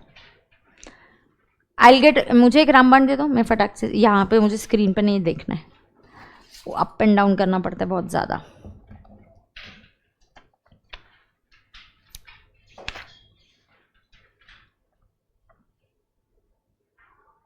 थ्री करेक्ट, 3 है, रामबाण में भी 3 है, correct. Continuous services for more than 3 months, तो ये जो सर्विस है this is for more than 3 months, correct. बराबर है क्या? हाँ। तो मैंने बिल्डर के पास मैंने घर खरीदा, क्या किया मैंने? फ्लैट परचेज किया। तो मैंने फ्लैट परचेज करने के टाइम फिर क्या हुआ? फ्लैट परचेज किया और it says that I will complete the flat within 2 years। तो if I complete the flat within 2 years, is it more than 3 months? Yes, then it is a continuous supply. College में आपको education institution है आजकल, जैसे वो engineering की entrance exam क्या होती है, वो नीट नहीं, NEET is for medical, JEE, तो जेई होता है, नीट होता है, उसके क्लासेस ना 2-2, 3-3 साल चलते हैं। My son is now in 9th, but I know many of his friends have already joined. 8, 9, 10 से ही वो स्टार्ट हो जाता है, मतलब ऐसे they start these classes. So ये जो है they are giving you continuous supply of service for more than 3 months, so this is going to be treated as continuous supply. जब कंटिन्यूस सप्लाई होता है तो आई कब रेस करना चाहिए, बहुत ही इंपॉर्टेंट है। जब कंटिन्यूस सप्लाई होता है तो आई कैसे रेस करते, देखो ड्यू डेट, उसमें ए, बी एंड सी है, बढ़िया एग्जाम्पल के साथ मैं आपको एक्सप्लेन करूंगी। Due date of payment is ascertainable, क्या हो रहा है? Due date of the payment is ascertainable. So due date जो है पेमेंट का वो क्या है? असर्टेनेबल है। तो I is equal to what? On or before the due date of the payment. माने कैसा? मैं आपको बोलती हूँ जैसे आपने वो नीट के क्लासेस, कोचिंग क्लास लगा दी है, ऐसे ही कोई एंट्रेंस एग्जाम के 2-2 साल के जो चल रहे, तो मैंने अगर ये कोचिंग क्लास लगा दी तो कोचिंग क्लास में the fees 1,50,000, but we tell you quarterly pay करना है, सेमेस्टर 1, सेमेस्टर 2 एंड सेमेस्टर 3, तो आपको 3 इक्वल इंस्टॉलमेंट्स में देना है, 50,000, 50,000 एंड 50,000। क्या मैंने इसका ड्यू डेट आपको दे दिया? Yes. So I will tell you, ये होगा 5 जून को, ये होगा 5 सितंबर को, और ये होगा 5 दिसंबर को। तो क्या मैंने आपको ड्यू डेट दे दिया? Yes. Is the due date ascertainable? Yes. So you have to raise I on this date. See I am teaching you TOS। TOS helps us to decide किस पॉइंट पे मुझे टैक्स देना है। Event जो होता है सप्लाई का बहुत लंबा होता है, कभी कभी जी आएगा, पेमेंट आएगा, बहुत सी चीजें इन्वॉल्व है। तो ये सीखने के लिए पहले ये सेक्शन बता दूं, तो then I will not take much time, I will just take half an hour to submit up today, and then maybe in tomorrow's class थोड़ा और उसका अगर कुछ पार्ट बचा हुआ होगा तो फिर उसके बाद में आपको क्वेश्चंस जो है वो होमवर्क के लिए दूंगी। बराबर है। अब देखो कोचिंग क्लास ये कंटिन्यूस सर्विस है, maybe the class is going on for 15 months का कोर्स है। So is it for more than 3 months? Yes. And if it is for more than 3 months then this is going to be liable for, it's a continuous supply. बराबर है क्या? अब क्या हो रहा है, यहां पे सेम 1 है, सेम 2 है और सेम 3 है, तो ड्यू डेट इज असर्टेनेबल, तो इसी डेट पे आपको आई रेज करना है. Now sometimes due date is not ascertainable. ये कौन सा एग्जाम्पल है? ये ए के लिए एग्जाम्पल है. This is example for A. So you can in fact on a sticky note write this is an example for A. Now there is an example for B when the due date is not ascertainable. Maybe this coaching class has come up with a scholarship for needy students. And इस coaching class ने बोला एक needy student है और उसने scholarship में बहुत अच्छा परफॉर्म किया, उसको स्कॉलरशिप मिल गई, तो उसको 1.5 लाख के बदले now the fee he has to pay is 50,000. And this 50,000 they don't give him a due date. They tell him whenever and however it is possible. Today you have 5,000, come pay 5,000. Today you have 10,000, come and pay 10,000. So no due date is given. So in this case, he has no specific deadline. तो इस student he has no specific deadline. तो एक needy student है, for him the 1,50,000 से the fee is reduce to 250,000. The fee is reduce to how much? 50,000.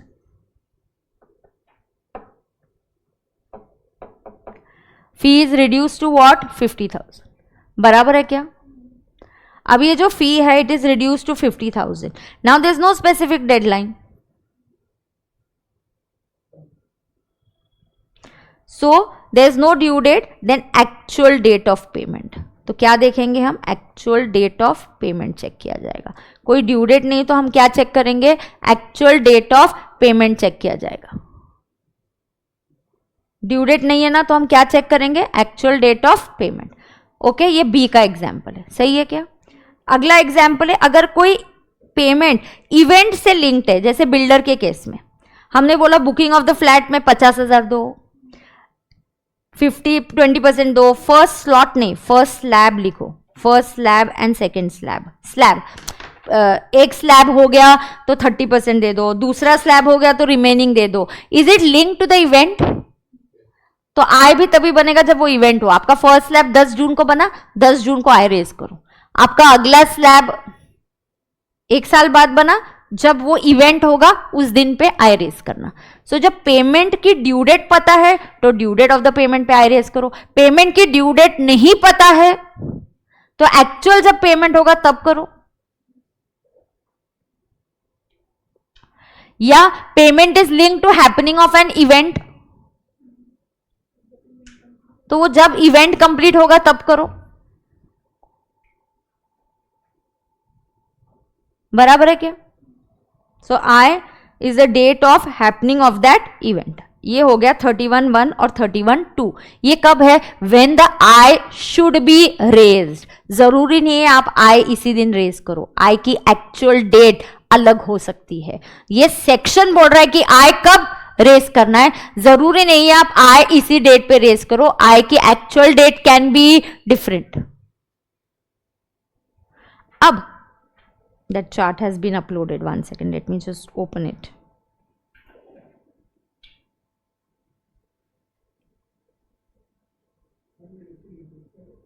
हाँ नहीं, क्यों? ये YouTube पे नहीं है, ये तो ऐप पे चल रहा है लेक्चर.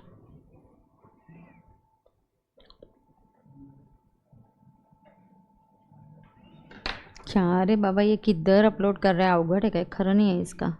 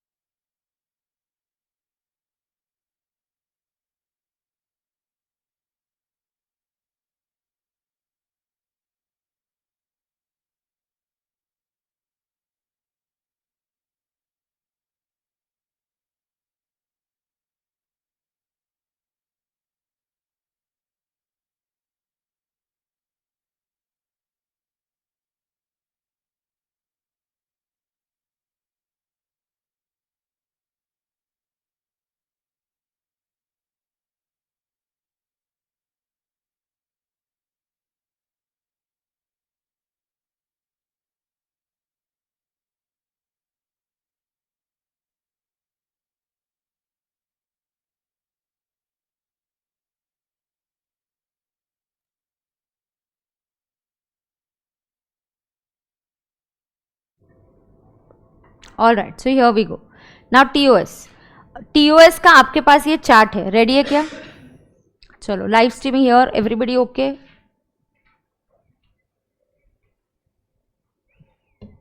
रेडी है क्या? अब टीओएस के केस में क्या हो रहा है?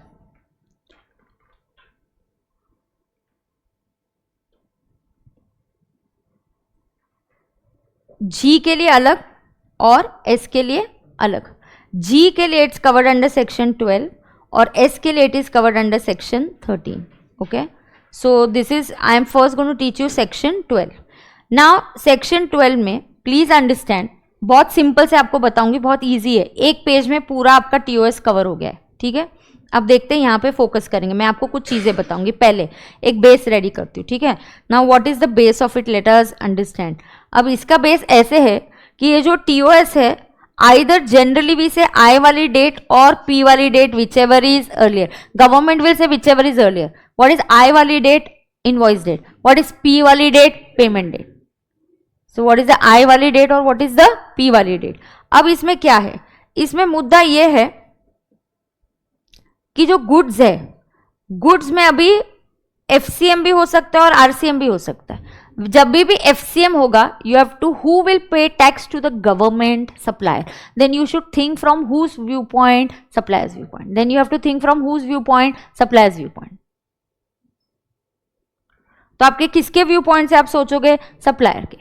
तो यहाँ पे सप्लायर का व्यू पॉइंट क्या है? यहाँ पे लेट अस अंडरस्टैंड, गुड्स है, एफसीएम है, तो आप किसके व्यू पॉइंट से सोचोगे? सप्लायर.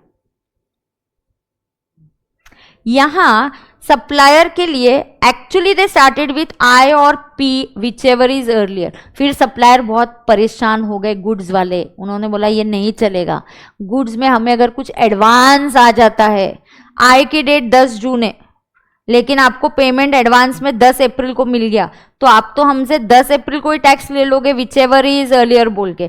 फिर ये गुड्स के जो सप्लायर है, इन्होंने बोला यार ऐसा नहीं चलेगा. ऐसा क्यों नहीं चलेगा? क्योंकि एडवांस आया तो वो गुड्स में यूज हो जाता है, और गुड्स वालों को ये आदत नहीं थी. जब से एक्साइज और ये वैट था ना, उधर एडवांसेस पे टैक्स भी नहीं था, उनको इसकी आदत भी नहीं थी. They were always use to paying taxes on I वाली डेट. ओल्ड इनडायरेक्ट टैक्स में ऐसा नहीं था, सर्विस के लोगों को आदत थी. तो गवर्नमेंट ने इशू किया नोटिफिकेशन. गवर्नमेंट ने क्या इशू किया? नोटिफिकेशन. और इस नोटिफिकेशन के दौरान उन्होंने क्या बोला कि पी वाली डेट को कैंसिल कर दो. तो सप्लायर ऑफ गुड्स सिर्फ डायरेक्टली आई वाली डेट पे ही जीएसटी पे करेगा.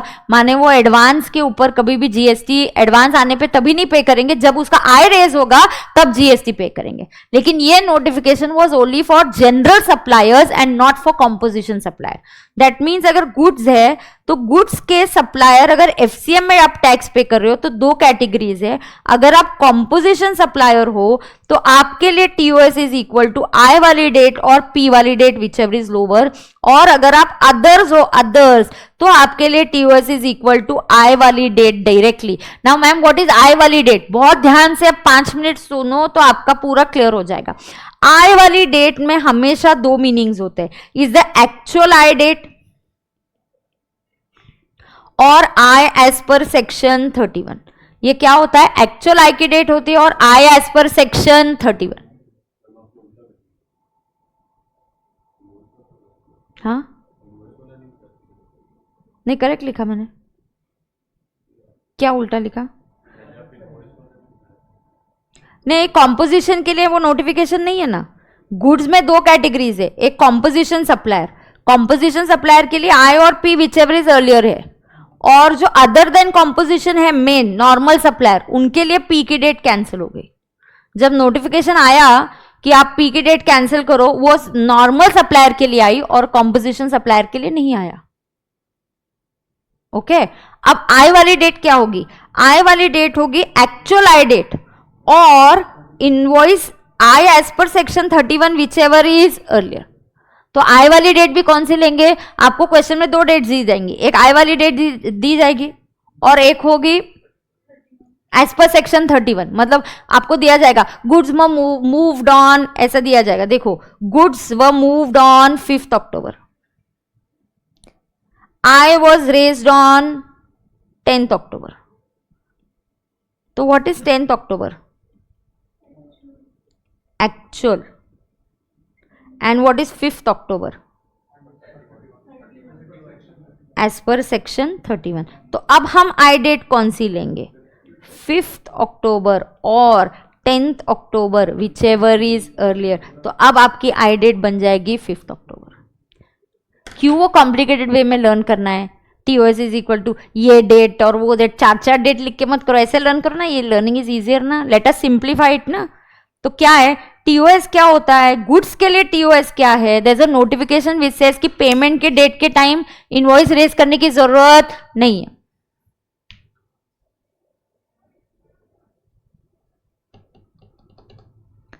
पेमेंट के डेट के टाइम आपको क्या रेज करने की जरूरत नहीं है, इनवॉइस रेज करने की जरूरत नहीं है।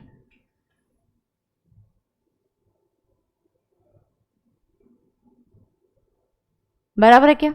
अब वो जो बोलता है पेमेंट के टाइम, सॉरी इनवॉइस नहीं, पेमेंट के टाइम आपको GST पे करने की जरूरत नहीं है, directly pay GST when you raise the I. अब सुन के लेना, यहां पे क्या है एग्जैक्टली मैंने ऐसे ही करके दिया, देखना यहां पे FCM, पहले देखो मैंने क्या लिखा है FCM। FCM think from suppliers point of view, very important, very important, very easy and simple chapter. Listen, TOS is equal to I date, composition supplier, पहले कौन है composition supplier, composition supplier के लिए TOS वाली date कौन सी है, I date और P date whichever is earlier. What is I date, actual I और I as per section 31 दोनों में से whichever is earlier. अब what is P date, P date is जब आप पेमेंट रिकॉर्ड करोगे या आप सप्लायर हो, सप्लायर को पैसा मिलता है, तो the payment is credited, the date when payment is recorded और it is credited whichever is earlier, the date when payment is recorded और credited in suppliers bank account whichever is earlier. Ma'am इसमें difference होता है, हाँ मुझे check मिल गया, check की entry मैंने आज बुक्स में रिकॉर्ड कर दी, लेकिन चेक क्लियर हुआ 3 दिन बाद, तो क्रेडिटिंग की डेट कब की होगी 3 दिन बाद। फिर भी हम भी कौन सी कंसीडर करेंगे, रिकॉर्डिंग वाली डेट और क्रेडिटिंग वाली date whichever is earlier. So whenever say I say I date और P date whichever is earlier for goods, this option is there only for a composition supplier. ये option किसके लिए, सिर्फ composition supplier के। वो हम क्या बोलते हैं, आई वाली डेट एक्चुअल आई और आई एज पर 31, और पेमेंट डेट क्या है, पेमेंट रिकॉर्डेड और क्रेडिटेड टू बैंक। ये आपका कीवर्ड है, think from suppliers POV। So we are thinking from suppliers POV। अब अदर सप्लायर, गुड्स के FCM में 2 कैटेगरीज है। अदर सप्लायर के लिए हमने बोला TOS is equal to I date, एक नोटिफिकेशन है, you can learn it up. 4-10 sections भी नहीं है इस पूरे GST में, नोटिफिकेशन 3 नोटिफिकेशन मैं आपको बोलूंगी लर्न करो, learn it up. Notification number 66/2017 dated 15 November 2017, GST आने से जुलाई में GST और 15 नवंबर को नोटिफिकेशन आ गया कि गुड्स वाले सप्लायर परेशान मत हो, हमें भी परेशान मत करो। वो जाके गवर्नमेंट को परेशान कर रहे थे, हम एडवांस पेमेंट आने पे हम GST कैसे पे करेंगे, हम नहीं पे करेंगे। हम GST तभी पे करेंगे जब हमारा उस एडवांस से रिलेटेड जब एक्चुअली आय रेज होगा तब। No tax liability when payment is received, ऐसा कौन बोला, नोटिफिकेशन नंबर 66/2017 डेटेड 15 नवंबर 2017।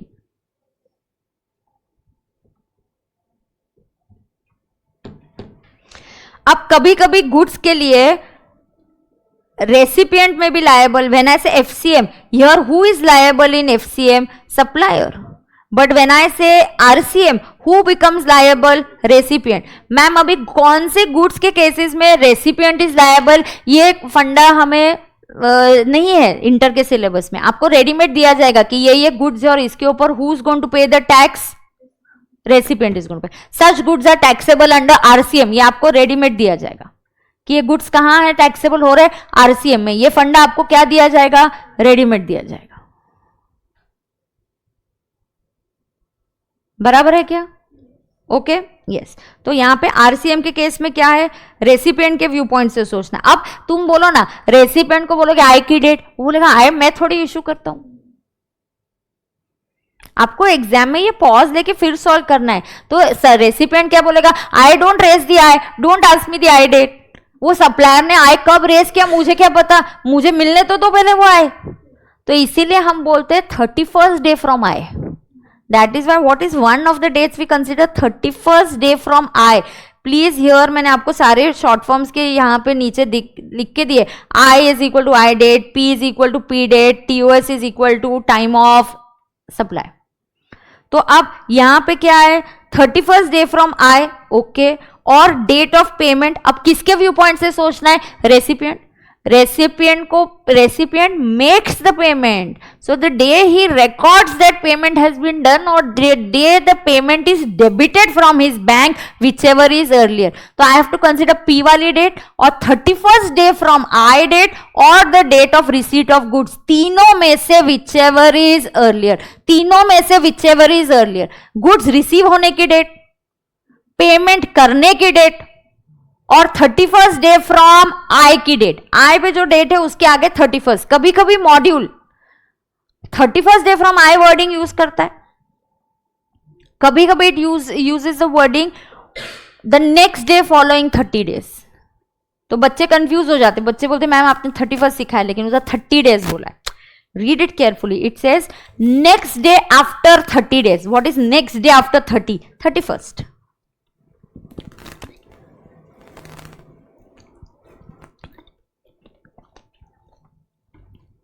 समझ में आ रहा है? टीओएस में मेरा रोल बहुत कम है, मैं एक बार समझाऊंगी, ये टेबल आपको ही लर्न करना है। हाँ, जहां जहां मेरे को लॉजिक जम रहा है मैं आपको सिखा रही हूं। जहां लॉजिक है कि रेसिपिएंट के व्यू पॉइंट से, तो ये सोचो कि पेमेंट की डेट देखो मैंने क्या लिखी है, रिकॉर्डेड इन द बुक्स और debited from bank, whichever is earlier लिखो। And 31st day from I समझा कि आपको, वो बोलता है मैं तो आई रेज ही नहीं कर रहा हूं। हाँ, जब मुझे आई मिलेगा तो तब वो मिलते मिलते टाइम लग जाएगा, तो give me 31 days. So 31st day from I date और पी डेट और रिसीट ऑफ गुड्स, तीनों में से whichever is earlier will become your TOS date. अब थर्ड वाउचर। अब यहां से 3rd, 4 and 5 this is same for goods and same for services.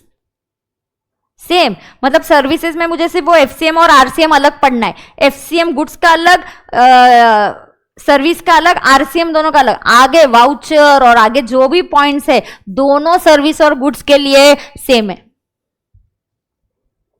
2 pages में आपका चैप्टर कंप्लीट हो जाता है।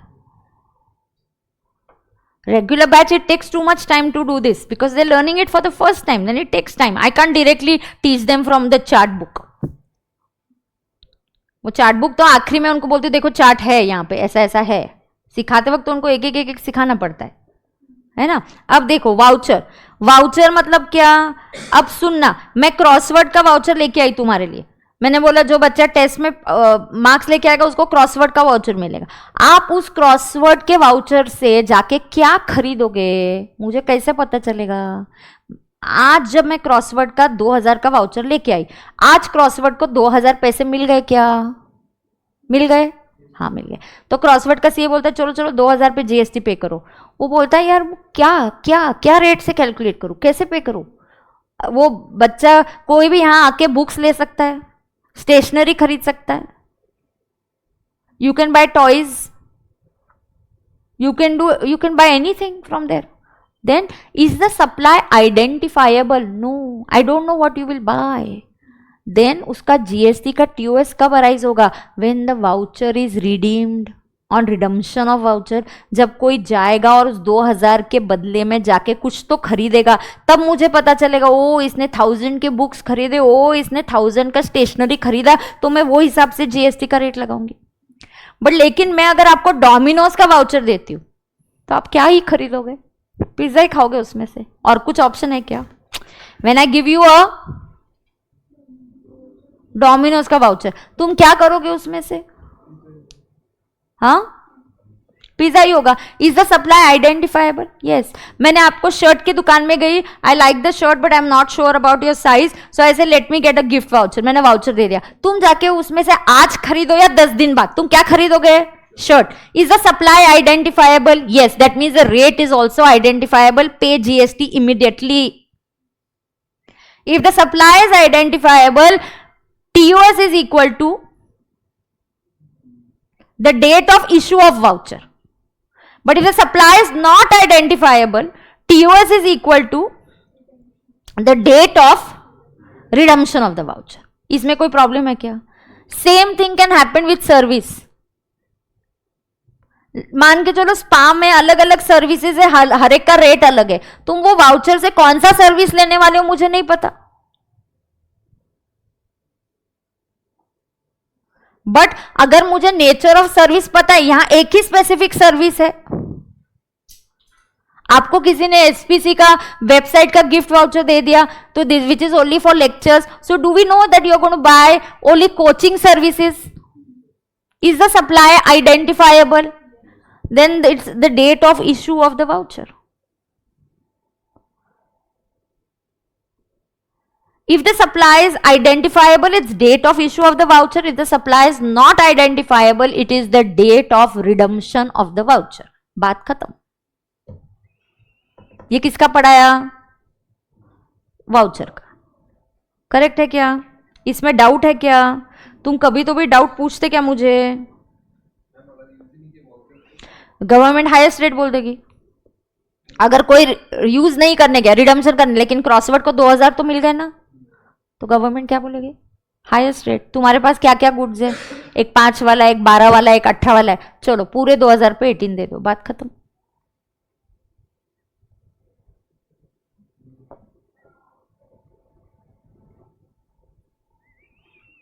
एक्चुअली वाउचर्स तो shouldn't have any expiry period, ये मेरा मानना है. अरे you paid money and how can my money have an expiry period? I तो don't understand why do vouchers have an expiry period. Something like Crossword और some other shop 3 months validity. But like what the money you are getting is having only 3. हाँ agreed, उनको उसका record करना पड़ता है, voucher number थोड़ा तकलीफ है, but you boss you receive the money. How do you have an expiry period for money that is received? Of course, people will come after 2 years, people will come after 3 years, तो वो दिक्कत भी हो जाती है कभी उनको. पर थोड़ा एक 1 year वाला तो वैलिडिटी होना चाहिए. मतलब 3 और 4 महीने का क्या वैलिडिटी रखते हो तुम? कितने लोगों के पैसे बर्बाद होते हैं उसमें, और वो कितने लोग भूल ही जाते हैं कि वाउचर है, अरे फिर वो एक्सपायर हो जाता है. But anyways that's a different thing. Okay. हाँ, क्रेडिट कार्ड पे पॉइंट्स क्या मिलते हैं? वो तो कंसिडरेशन है ना, तो आएगा ना, वो तो जीएसटी है, उसमें क्या है? हाँ तो जब तू स्वाइप करेगा किस चीज, क्रेडिट कार्ड के पैसे स्वाइप हो रहे उसके लिए थोड़ी पैसे, क्रेडिट कार्ड के चार्जेस पे लग रहे हैं ना यार. Credit card I am using for buying goods, तो उसका क्रेडिट कार्ड का क्या संबंध है? मैंने कौन से गुड्स खरीदे उसका तो जीएसटी मुझे देना ही है ना.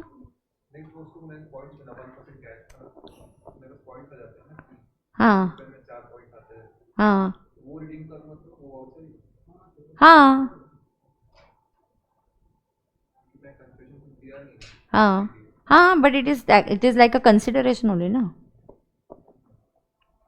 ओके मैम, आई डेट के बाद 31st काउंट करेंगे ना? हाँ मैं क्वेश्चन कराऊंगी ना बेटा, how to count that 31st I will count ना. बट आज की डेट, आई की डेट लिखेंगे, उसके आगे 31st तक काउंट करेंगे, और वो 31st डे हम कंसिडर करेंगे आई के बाद. अब सप्लाई आइडेंटिफाइबल है तो TOS is issue of voucher. Supply not identifiable है तो TOS is equal to date of redemption of voucher. Residual case, residual case मतलब ऐसा रेसिडुअल केस होता है जब आई डेट नहीं है, पी डेट नहीं है, कुछ भी अवेलेबल नहीं है, डेटा ही नहीं है, इन्वेस्टिगेशन हो रहा है, आपकी चोरी पकड़ी गई है, आपने आई नहीं रेज किया, आपने पेमेंट बुक्स में रिकॉर्ड ही नहीं किया, आपके यहाँ डायरी मिली है, बस उसमें से ये रेसिडुअल केस है. तो क्या होता है, अगर आप रजिस्टर्ड पर्सन हो तो आपके returns are to be filed, तो आप रजिस्टर्ड पर्सन हो तो TOS is equal to due date of return. तो टीओएस क्या होता है? Due date of return. आप अनरजिस्टर्ड पर्सन हो तो टीओएस क्या होने वाला है? Date of payment of GST. आप जिस दिन जीएसटी जाके पे करोगे वही आपका टीओएस होगा. ओके ये रेसिडुअल केस है. अच्छा रेसिडुअल केस में रजिस्टर्ड पर्सन भी टैक्स की चोरी कर सकता है. वो 10 ट्रांजैक्शन में से 2 नहीं दिखाएगा, 8 दिखा रहा है. अगर वो 2 ट्रांजैक्शन पकड़े गए तो उसके लिए टीओएस क्या होगा? The due date of filing the returns. अगर आप अनरजिस्टर्ड पर्सन ही हो, आपने जीएसटी में रजिस्ट्रेशन ही नहीं लिया, then TOS is equal to date when you pay GST. Additional consideration, आपको एडिशनल कंसिडरेशन मिला, मज्जा. ये जो एडिशनल कंसिडरेशन है जी प्लस इंटरेस्ट, क्या है? जी प्लस इंटरेस्ट. जी के लिए टीओएस क्या होगा? आई डेट, अभी पढ़ा है ना ऊपर. हाँ, इंटरेस्ट के लिए क्या होगा? इंटरेस्ट के लिए TOS is equal to date of receipt of additional consideration. Date of receipt of additional consideration.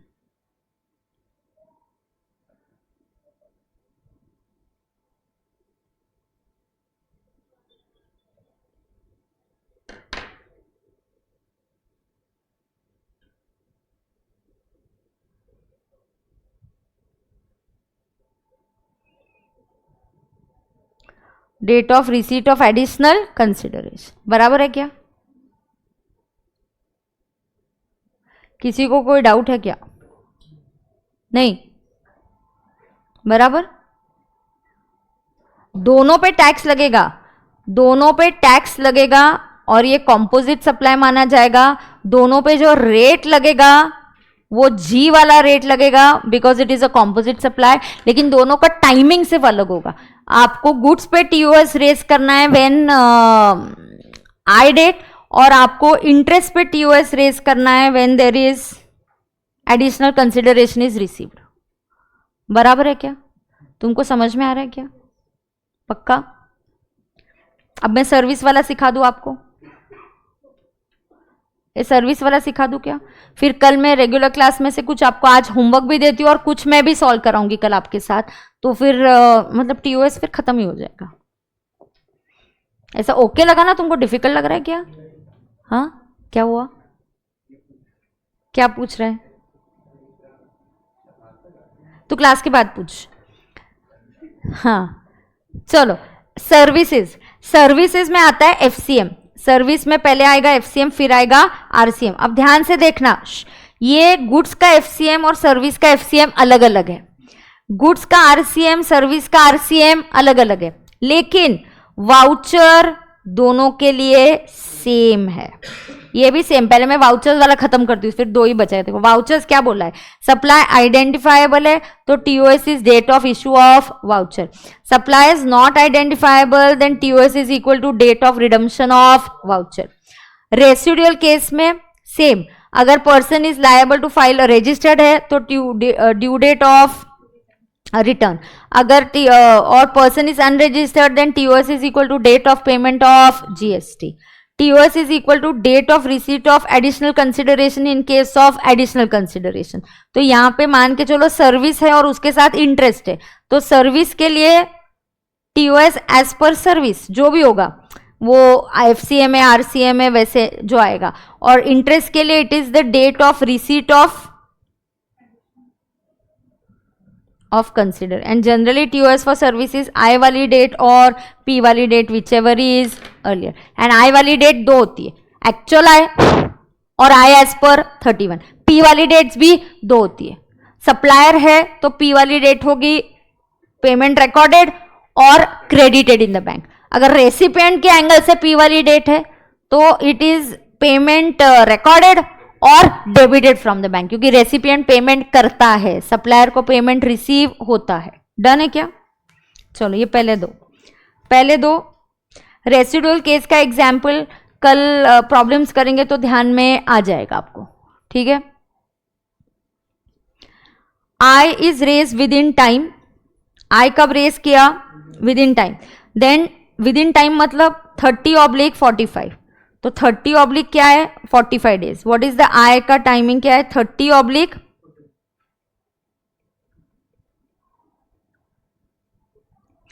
Then TOS is equal to I date और P date whichever is earlier. What is TOS? P date, I date और P date whichever is earlier. Now I is not raised within time.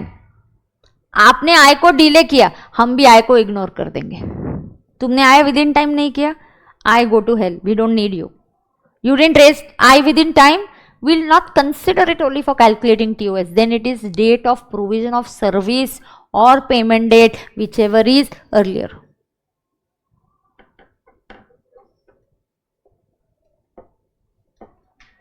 then it is date of provision of service or P date, whichever is earlier. What is P date? Payment recorded or payment credited, whichever is earlier. Problem है क्या किसी को? सबसे important मैं आपको बोलूं ये goods का है, अदर सप्लायर. अच्छा एग्जाम में कुछ नहीं दिया सप्लायर कौन है, ये बहुत इंपॉर्टेंट है. यहां सिर्फ आई डेट पे टीओएस लिया जाता है और ना कि पेमेंट डेट आती है. मतलब एडवांस मिला तभी भी जीएसटी नहीं आएगा, जीएसटी सिर्फ आई की डेट पे ही आएगा. अब बात आता है एक्सेस. अगर आपने एक्सेस पेमेंट किया ऑफ 1000 up to 1000 then TOS is next I date. मान के चलो मेरा आय 936 रुपीज आया invoice. Wait I will not say 18,936 invoice कितने का बना? 18,936. मैं ना वो चेक से पेमेंट करना था, मैं घर आते आते वो इनवॉइस कहीं रह भी गया, मुझे ध्यान में भी नहीं आ रहा है कितना था, 18,900 था या 18,800 था. तो मैं बोलती यार वो मुझे याद ही नहीं आ रहा है, बट चेक तो मुझे देना ही है आज ही. तो मैं बोलते काम करिए, अपने रेगुलर कस्टमर है, तुम 19,000 का पेमेंट कर लो. मैं अकाउंटेंट को बोलती मैं अमाउंट ही भूल गई, मुझे आय भी नहीं मिल रहा है और मुझे अर्जेंटली जाना है, तुम जल्दी चेक बना दो, आई हैव टू लीव. तो तुम 19 का चेक बना दो. I am making extra payment. How much extra am I paying? हाँ 64. Is this 64 rupees up to 1000? Whenever the extra payment is up to 1000, इस 64 का TOS can be next I date. Can be next I date. ये option मुझे सिर्फ उसी के लिए जब पेमेंट इज अप टू, जब पेमेंट कितना है अप टू 1000.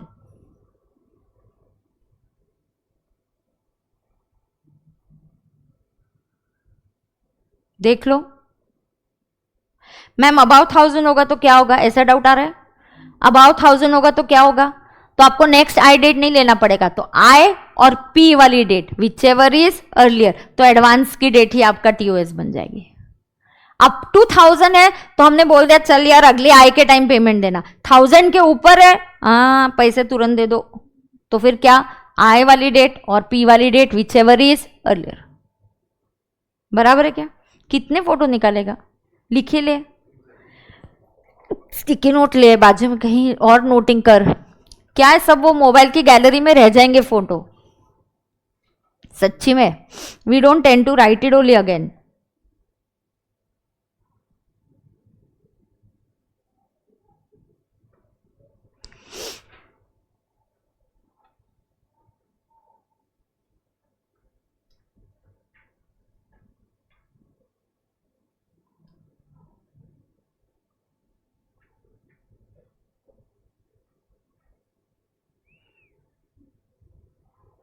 समझ में आ रहा है क्या?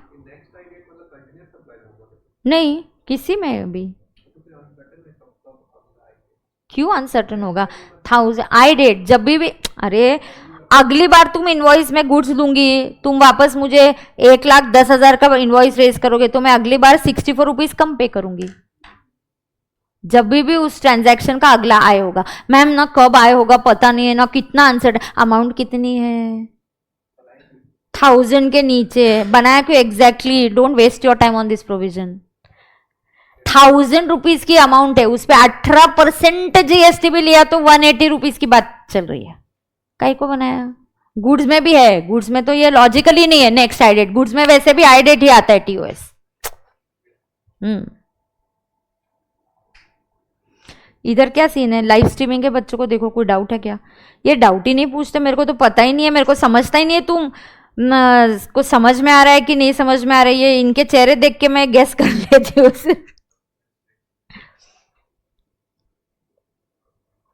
अब अनएसोसिएटेड एंटरप्राइज आरसीएम में 2. I don't know why they like to ask this. Associated enterprise वाला एक्चुअली एसोसिएटेड एंटरप्राइज वाला अपने को है ही नहीं, ये आरसीएम में आता है. Associated enterprise very important when associated enterprise is outside India. Actually ये एसोसिएटेड एंटरप्राइज का क्या है? Outside India.